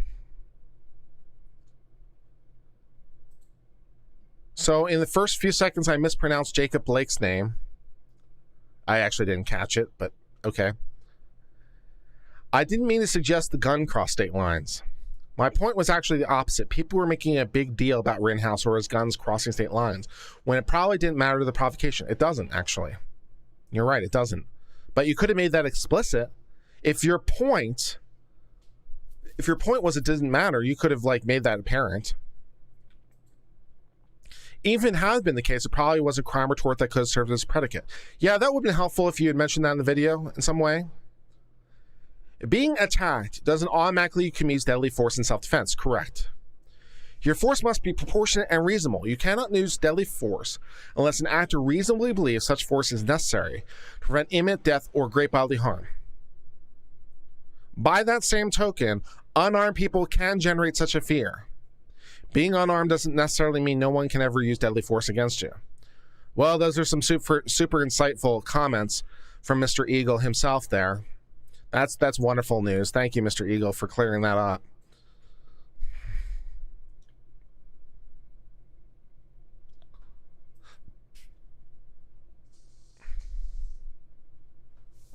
$2 from Blue Eyed Roof Korean. MA is open carry. However, you'll get a menacing charge. Fair. $5 from Nuvi. Everyone should like this intellectual beatdown. I agree. Everyone should like this video. Like it. Like it right now. Super chat from Innocuous Remark. I was hoping this video would happen. I've noticed so many missing facts from his analysis, including who was fleeing, including who was chasing. There were some inconvenient facts that were omitted, it seemed to me. $5 from Michael Mervis. Thank you for your analysis always. You're welcome, Michael. Super chat $5 from the Denialist says, is Legal Eagle even a lawyer? That is my understanding, yes. Comatose, $5. I was watching this garbage earlier. I was hoping someone in the group would review it. I can't believe this D-bag has 2 million subscribers. Well, I can kind of believe it because he tells people what he wants to hear, what they want to hear. People love to hear what they want to hear. People love to be validated. People love to have their ego stroken. And, you know, he tells people what they want to hear. So the people love him. You know, he has to sell out intellectual honesty, but, you know, he's 2 million subscribers, so maybe it's worth it, man. I mean, for that paycheck, you know. $10 from Super Chat from Mandrake. The most ridiculous part of all these people's argument is they ignore the speed. There's no time to decide. True that. True that. With what time, man? With what time?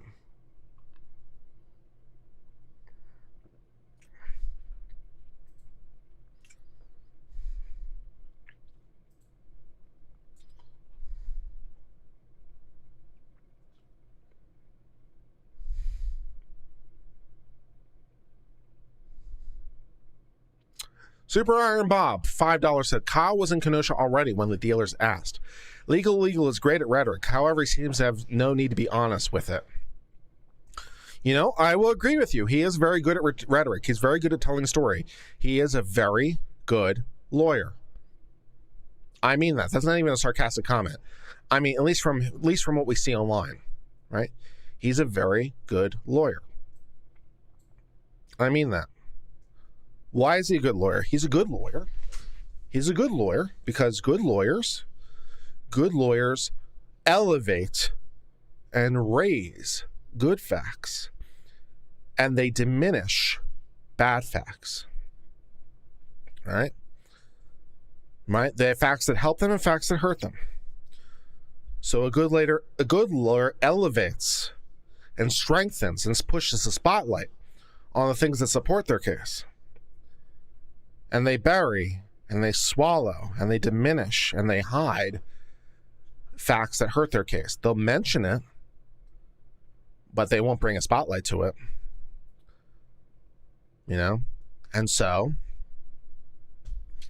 I think he's a very good lawyer. He has this technique very well down. I wish he was more intellectually honest when he's talking to 2 million people instead of trying to sell a narrative. But, you know, I recognize skill where it exists. That's fine. I always try to be fair. I always try to give credit where credit is due, even to Legal Eagle. $5 from Super Iron Bob. Ellie skips Kyle, loops back to provide medical aid, and sent away by the reporter for his safety. Please, dude, this hurts that you're this dishonest.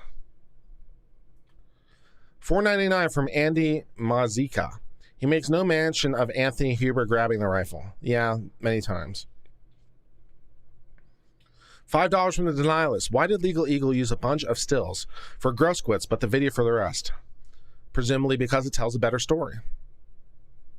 Right? Seeing the exploded bicep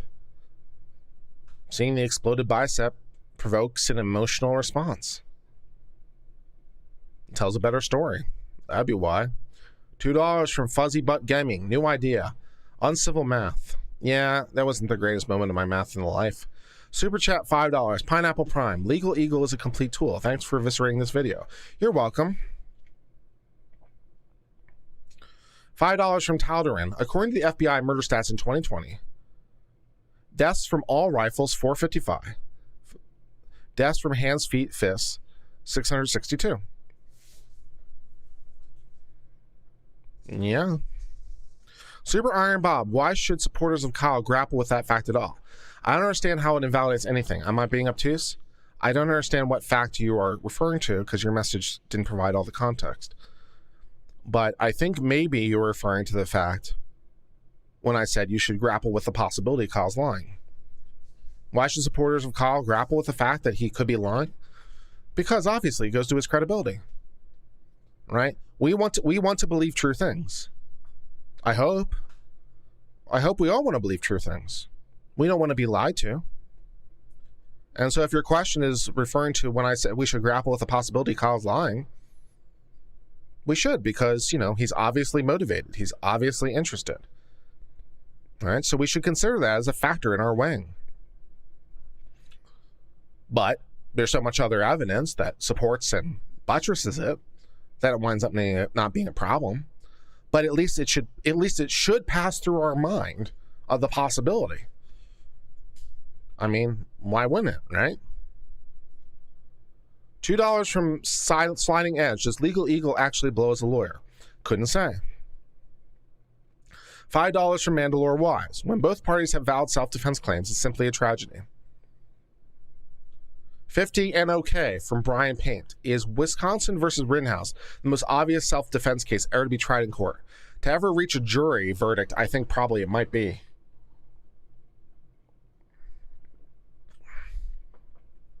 $5 from the Denialist. Might have, yes, but looks like it would be much harder for the others. Claim self to be trained true. Yeah, I wasn't suggesting the ultimate possibility. I wasn't suggesting the ultimate truth of it.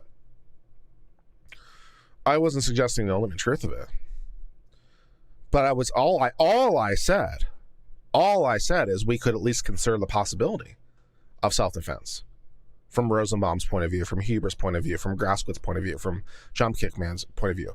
They would all have different facts. So we could consider it from those point of views. It may be a very easy analysis. It may be a very easy analysis that leads us to a very easy conclusion. But we at least could consider the possibility from those conclusions, from those perspectives. $5 from Britt Comer. He disagrees with Binger about having a gun and using self-defense. $2 from Joe's Men. I hate how he conflates open carry with vigilante. Yeah. $4.99 from L Scales. Wait until you get about till 1950. I roasted him on that comment. Thank you for this video. $10 from 10R from Igor Crew. Kyle didn't kill any black people. I know. Super chat $5. Lemon Ross says black people are 12% and dropping, not 23. I appreciate the correction. Black people are 12%. Okay. Fair enough. I appreciate the correction. Super chat $49.99. Thank you so much for that very generous super chat, Mithrin. As always, you're one of our best supporters, and I really do appreciate your support and your continuing contribution. Thank you, Mithrin. Self-defense is highly fact-driven. How similar were the facts in those cases that come up with variance? Were the facts similar enough to warrant the comparison? Or simply that both claim self-defense and were disparate races? Yeah, exactly, right?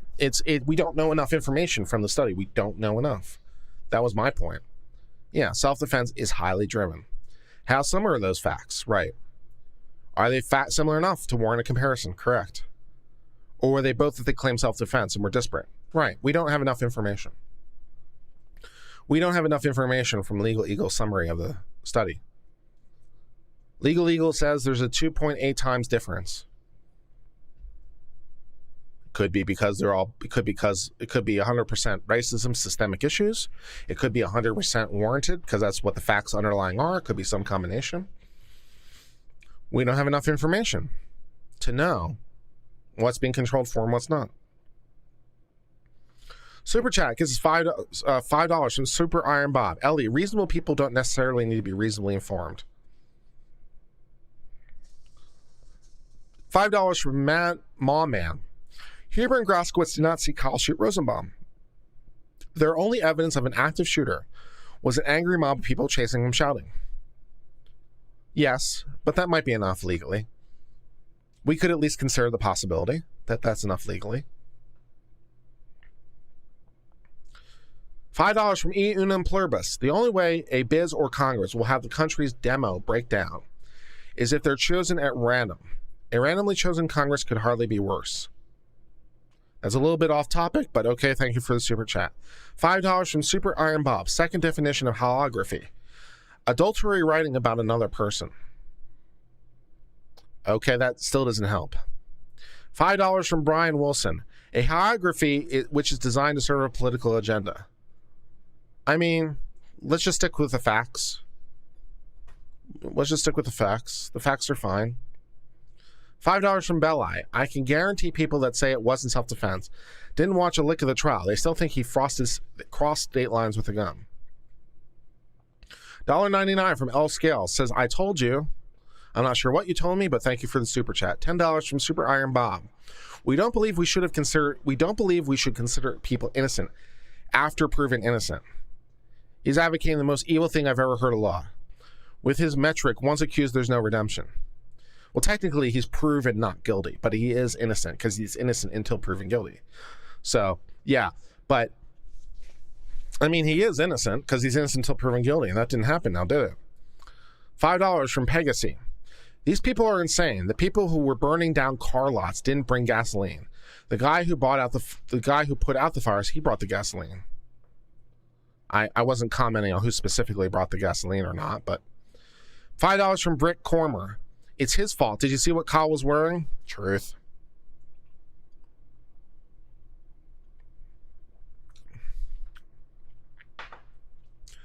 $5 from Silverfish606. So I understand why Huber and Gage could have been justified in using self-defense under the law, but how would Rosenbaum be justified? I don't know. I'm not sure I suggested that he would be. I just said we could consider the possibility. It might be a very easy analysis with Rosenbaum. I mean, especially with the prior threats. But me saying we could consider the possibility, or we could consider self-defense from his point of view, or that he could have a self-defense claim, doesn't necessarily imply it's a good one. Right? So it might not go anywhere. I mean, you could try to squeeze him into a self-defense. You know, the easiest way to squeeze Rosenbaum into a self-defense. The easiest way to squeeze Rosenbaum into self-defense is it would be very helpful if you believed one of the following things. If you believe that Rosenbaum did not, in fact, make the death threat. If you believe Kyle did not remember the death threat. If you believe Kyle did not recognize Rosenbaum when he saw him later. If you believe Kyle didn't hear the death threat initially. So it'd be very helpful. It'd be very helpful if you could conclude one of the following things factually. He never uttered the threat. Kyle never heard the threat. Kyle forgot the threat. Kyle didn't recognize him. If you can conclude one of those four things, it would be very helpful, because then you can extinguish that from the analysis. And then you can pick up the analysis with the initial chase. And then you would say, at that point, well, Rosenbaum is posing a threat. He's chasing, but is it a deadly threat? Right? Because at that point, we've concluded either he didn't threaten Kyle, Kyle didn't hear it, Kyle didn't remember, or he didn't recognize him. Which means it can't go to Kyle's mental state. That's why it would be helpful to believe one of those things, because if one of those four things is true, Kyle, it can't factor into his mental state. So then when Rosenbaum is chasing Rittenhouse for the first time, all that Kyle would know with one of those four things in place is that someone's chasing him. It would be more difficult to conclude it posed an imminent threat of death or grievous bodily harm, which, remind you, is the standard.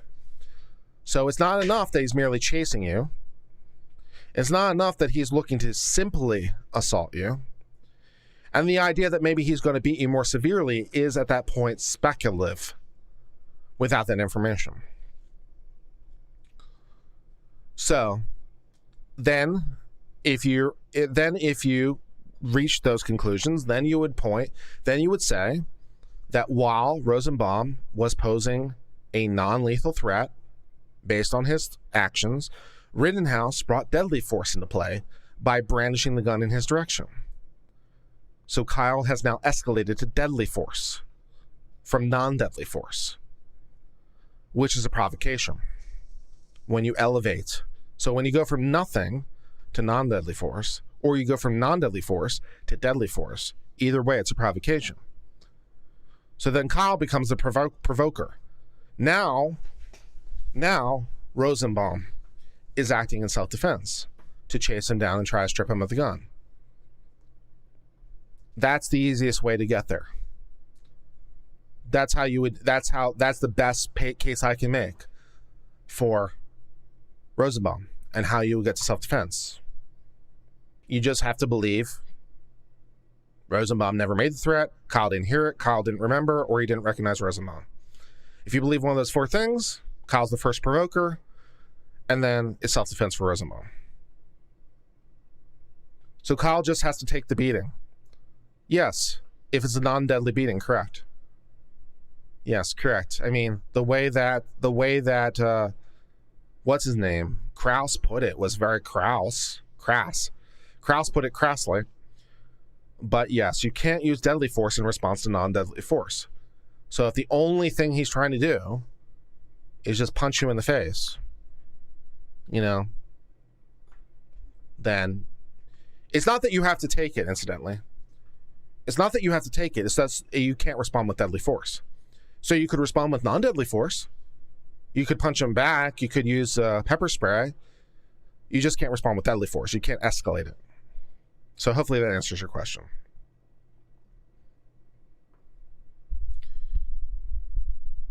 Teresa says, we have no idea what the punch would result in. That's correct. We don't. And that's a problem. You're right. We don't know what the punch would result in. You're absolutely correct. That's what makes it speculative. Yeah. When you're talking about self-defense, it has to be imminent. It has to be an imminent threat. It has to be an ongoing threat. We don't know what the punch would lead to. Correct. That makes it speculative. So we can't rely on it.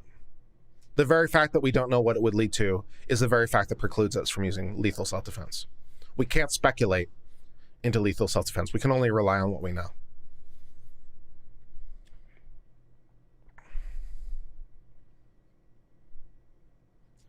And Nikki's raising the same question. I see these same questions. Nikki's saying, how can you judge whether a beating is deadly or not before you become dead? Look, I'm just telling you the law, guys. Right? It's self-defense law 101. You can only respond to deadly force. You can only use deadly force in response to deadly force. You cannot use deadly force in response to non-deadly force. If it's non-deadly force, you can't respond with deadly force. I don't think anyone can test this proposition. If it's non-deadly force, you can't respond with deadly force. And you say, well, how am I supposed to know in advance whether or not it's going to be deadly or not? You don't. You don't. But you can only rely on deadly force in response to imminent deadly force. Is this going to be non-deadly force or deadly force? You don't know. Then it's speculative. You don't have a right to deadly self-defense at that point. That's the legal answer. That's the legal answer. How do you know? How do you know he's just going to punch you in the face once and leave away? I don't know. I don't know. But how are you supposed to conclude that he's posing an imminent threat of death at that point for merely chasing you? How are you supposed to conclude that? It's speculative.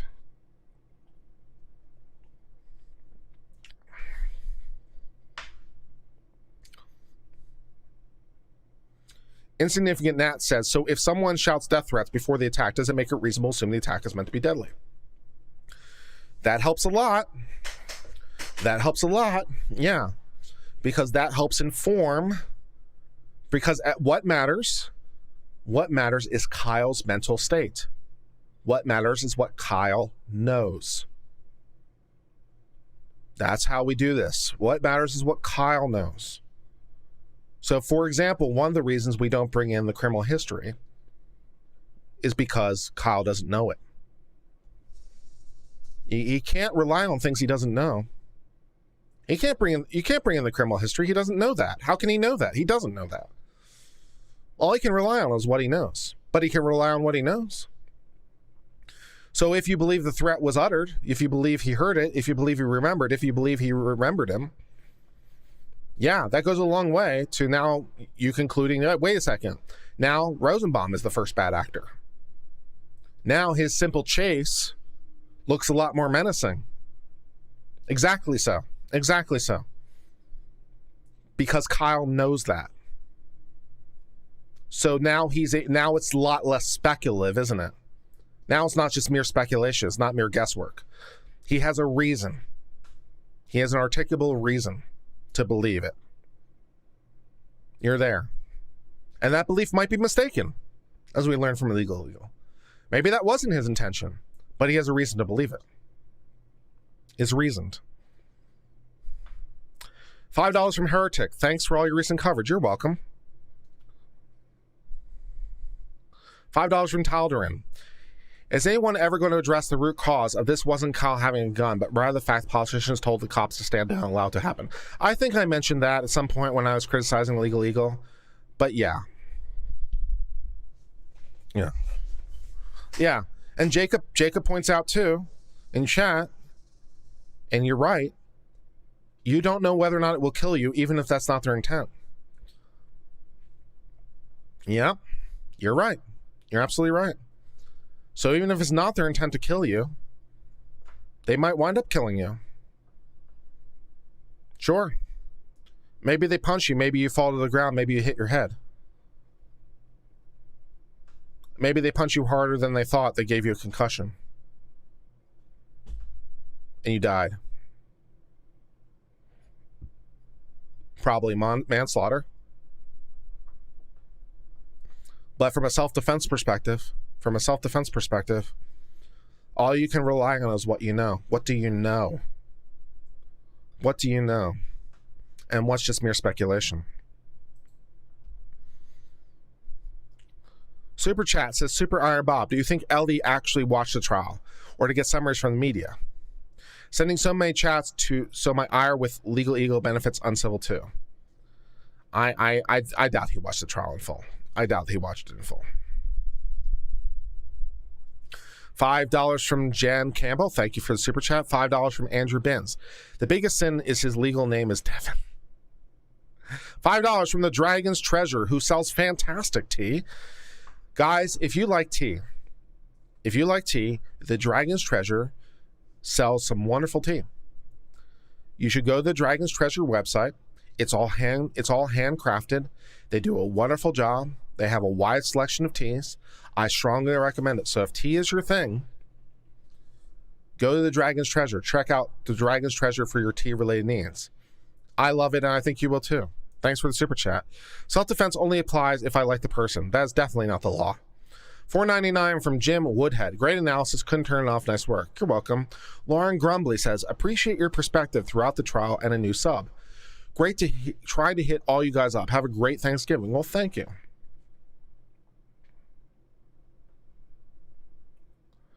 $5 from Joseph Henson. I noticed a spike in Eagle's visibility discomfort 2 years ago and it hasn't gone away. More like he's gotten used to it. Blackmail, bribery? I wouldn't think anything like that, to be honest. That he's gotten used to it? Maybe. $5 from Matthew Kidd. Given that the jury decided Rosenbaum count came last, would the jury have decided Kyle sufficiently retreated from the incident? Oh, since they decided last. I don't know. I can't speculate as to what they were or were not considering in terms of the order. $5 from DK6-1905. Legal Eagle's off-the-rack version of Donald Trump Jr. He's what people see in their mind when they think of a scrummy lawyer. $5 from Gordo Fabulous. It's a good thing Kyle didn't touch Rosenbaum's map or ask him to smile. Then Devin would have lost his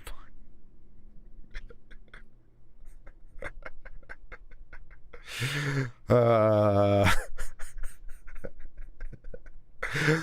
Nice callback. That's a good one, Gordo. That's a good one. Thanks for the smile. Nice callback. $2 from $2. Hold on.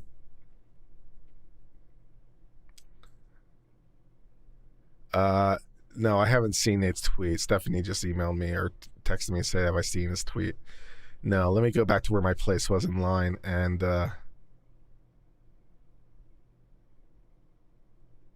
Where was I?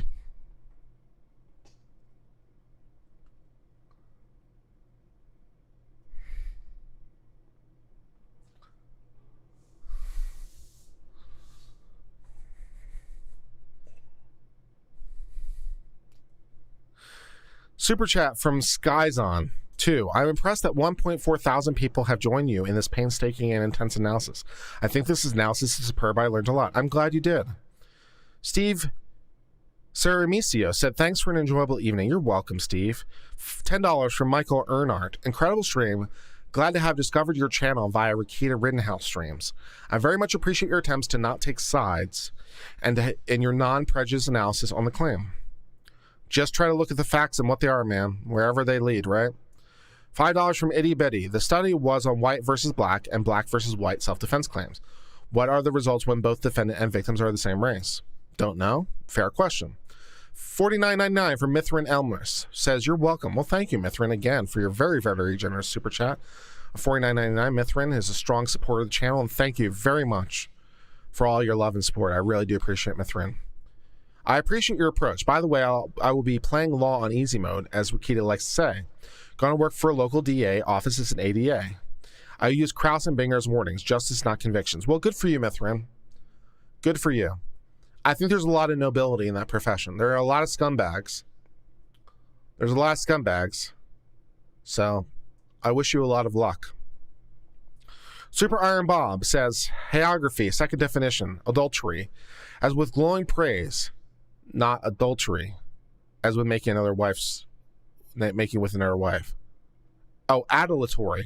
Oh, it's adulatory, not adultery. Oh, it's adulatory writing about another person. Oh, I'm sorry. Adulatory writing. I misread it. Thank you for the correction, Super Iron Bob. Jordan Esquire says, was Legal Eagle invited to Rikita's live stream? Not to the best of my knowledge. Would love to watch him debate instead of just read from script and cherry-picking facts law to discuss. He's never done live chat streams with anybody, as far as I'm aware. And $2 from Richard Freeman. Dragon's Treasure, when does the discount expire? I don't know. Dragon Treasure can speak to that. Let's check out $5 from Matthew Kidd says, what do you think of the Arbery prosecutor? Mostly she's been very, very good. Her rebuttal today left a lot to be desired, which was surprising, given that she had, basically half a day to think about it. But it was very, very good. I apologize. Her rebuttal was very, very poor. I'm sorry. But the rest of her was very, very good. She did very, very well throughout the trial. And so I don't think it will hurt that much. Arbery jury asked to stay. So they're staying later. Let's take a look at this. Hold on. Let me check this out. So maybe they're making progress. They want to stay longer.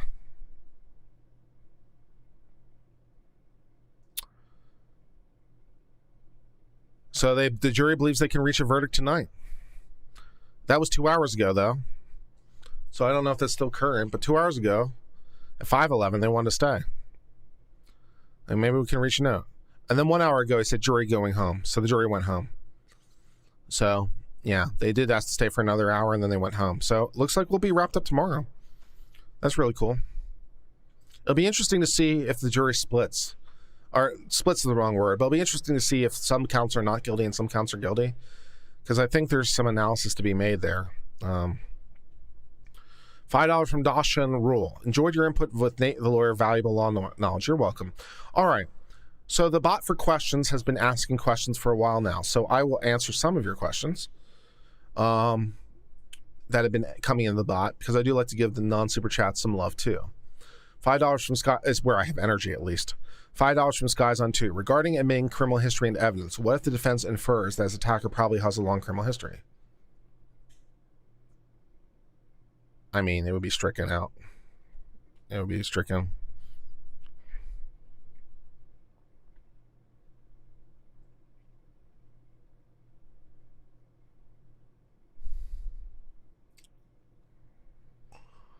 Who would make a better prosecutor, Devin or Binger Cross? I think Devin would make a better prosecutor.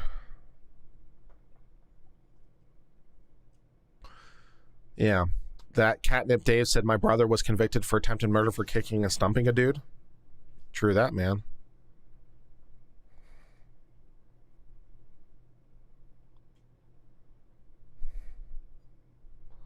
Joe Auto Electric says, why are you and the others not Oliver's comment sections? What's the point?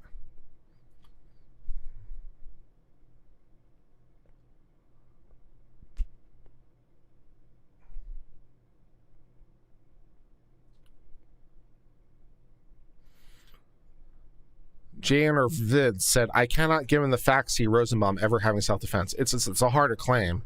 It's a harder claim because you have to believe some things to get there that don't, so you have to, it's a harder claim.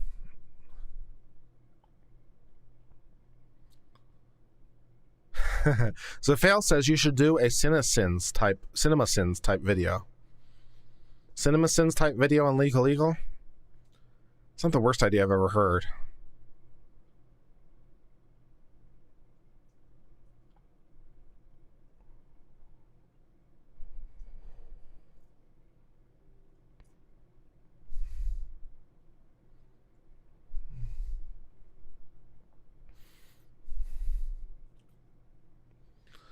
The King of Casual says, my friend says he watches the lawyer on YouTube. He said it was Legal Eagle. I was sad. $5 from Devin Lines. I think he meant hegemony. Yeah, maybe he did. I don't know what he meant.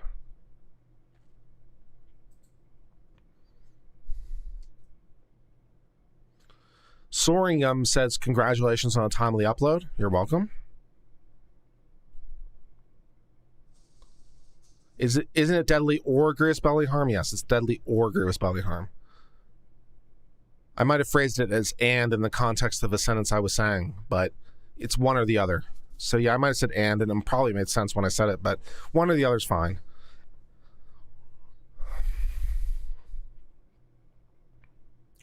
Big Chungus says, thanks for destroying your Sunday by reacting to this dunce.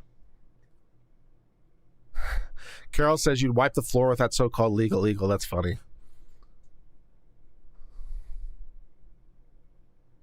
What is your self-defense take on the Arbery shooting? Those guys are going down hard. I don't think it's malice murder. So I do not think they should be convicted on the top count.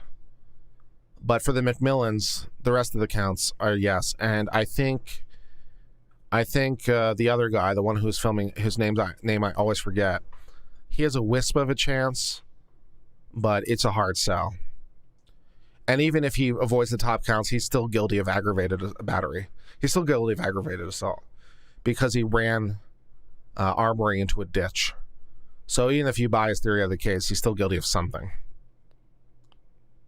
Omega Point Research says the whole chart deserves love. Well, thank you. And Boring and Cringe says, how's your wrist? My wrist is fine. I just have this little, brace that I can take off and take on. So some days it hurts. But, I put this little thing on. It's just Velcro. It comes on, come off. Helps a lot. My wrist is fine. But thank you for asking. Yeah, and the felony murder is pretty good. All right, so I'm going to sign off for now. So first and foremost, thank you to all the 1,200 or so people who have been watching the stream. I hope you found it informative, and I thank you for all your super chats that you've been giving me. It's been incredibly generous, and I thank you all. And if you have not subscribed already, may I please ask you to hit the subscribe button. And if you have subscribed, why don't you double check? Because maybe Susan has unsubscribed you. Are you sure you're subscribed? Make sure to check and make sure you're subscribed. Can you hit the little like button? Because, we need these little things because otherwise the YouTube hates us. So could you hit the like arrow? That'd be great. And hey, do you see some people some people in the stream have these little scales by their name? You see how Link 101, Leto Enhance, A. Hettinger have these little scales by their name? And they're in different colors? You might be thinking to yourself, what are these scales? What are these scales and how can I get the scales? I want some scales too. They look pretty. Well, fret not, my friend. The scales can be yours. For a mere 99 cents a month, you too can become an Uncivilian. Yes, it's true. If you hit the join button or you hit the link that Streamlabs is providing from time to time, you can join this channel for a mere 99 cents a month. I know, it's literally the least amount. Literally the least amount YouTube will let me charge. And for doing this, you get the cool little icon by your name, which changes colors as you become a longer and longer term member of the channel. Ooh, and perhaps more importantly, you get to look down on everyone who doesn't have the scales because they're not Uncivilians. Only the people with the scales are the uncivilians, and you can look down on them because they're not one of the cool kids. So if you want to be one of the cool kids, you should definitely get the scales. I'm just saying. But until later, my friends, I hope all is well with you this glorious evening. I've been Uncivil Law. Until later, my friends, cheers.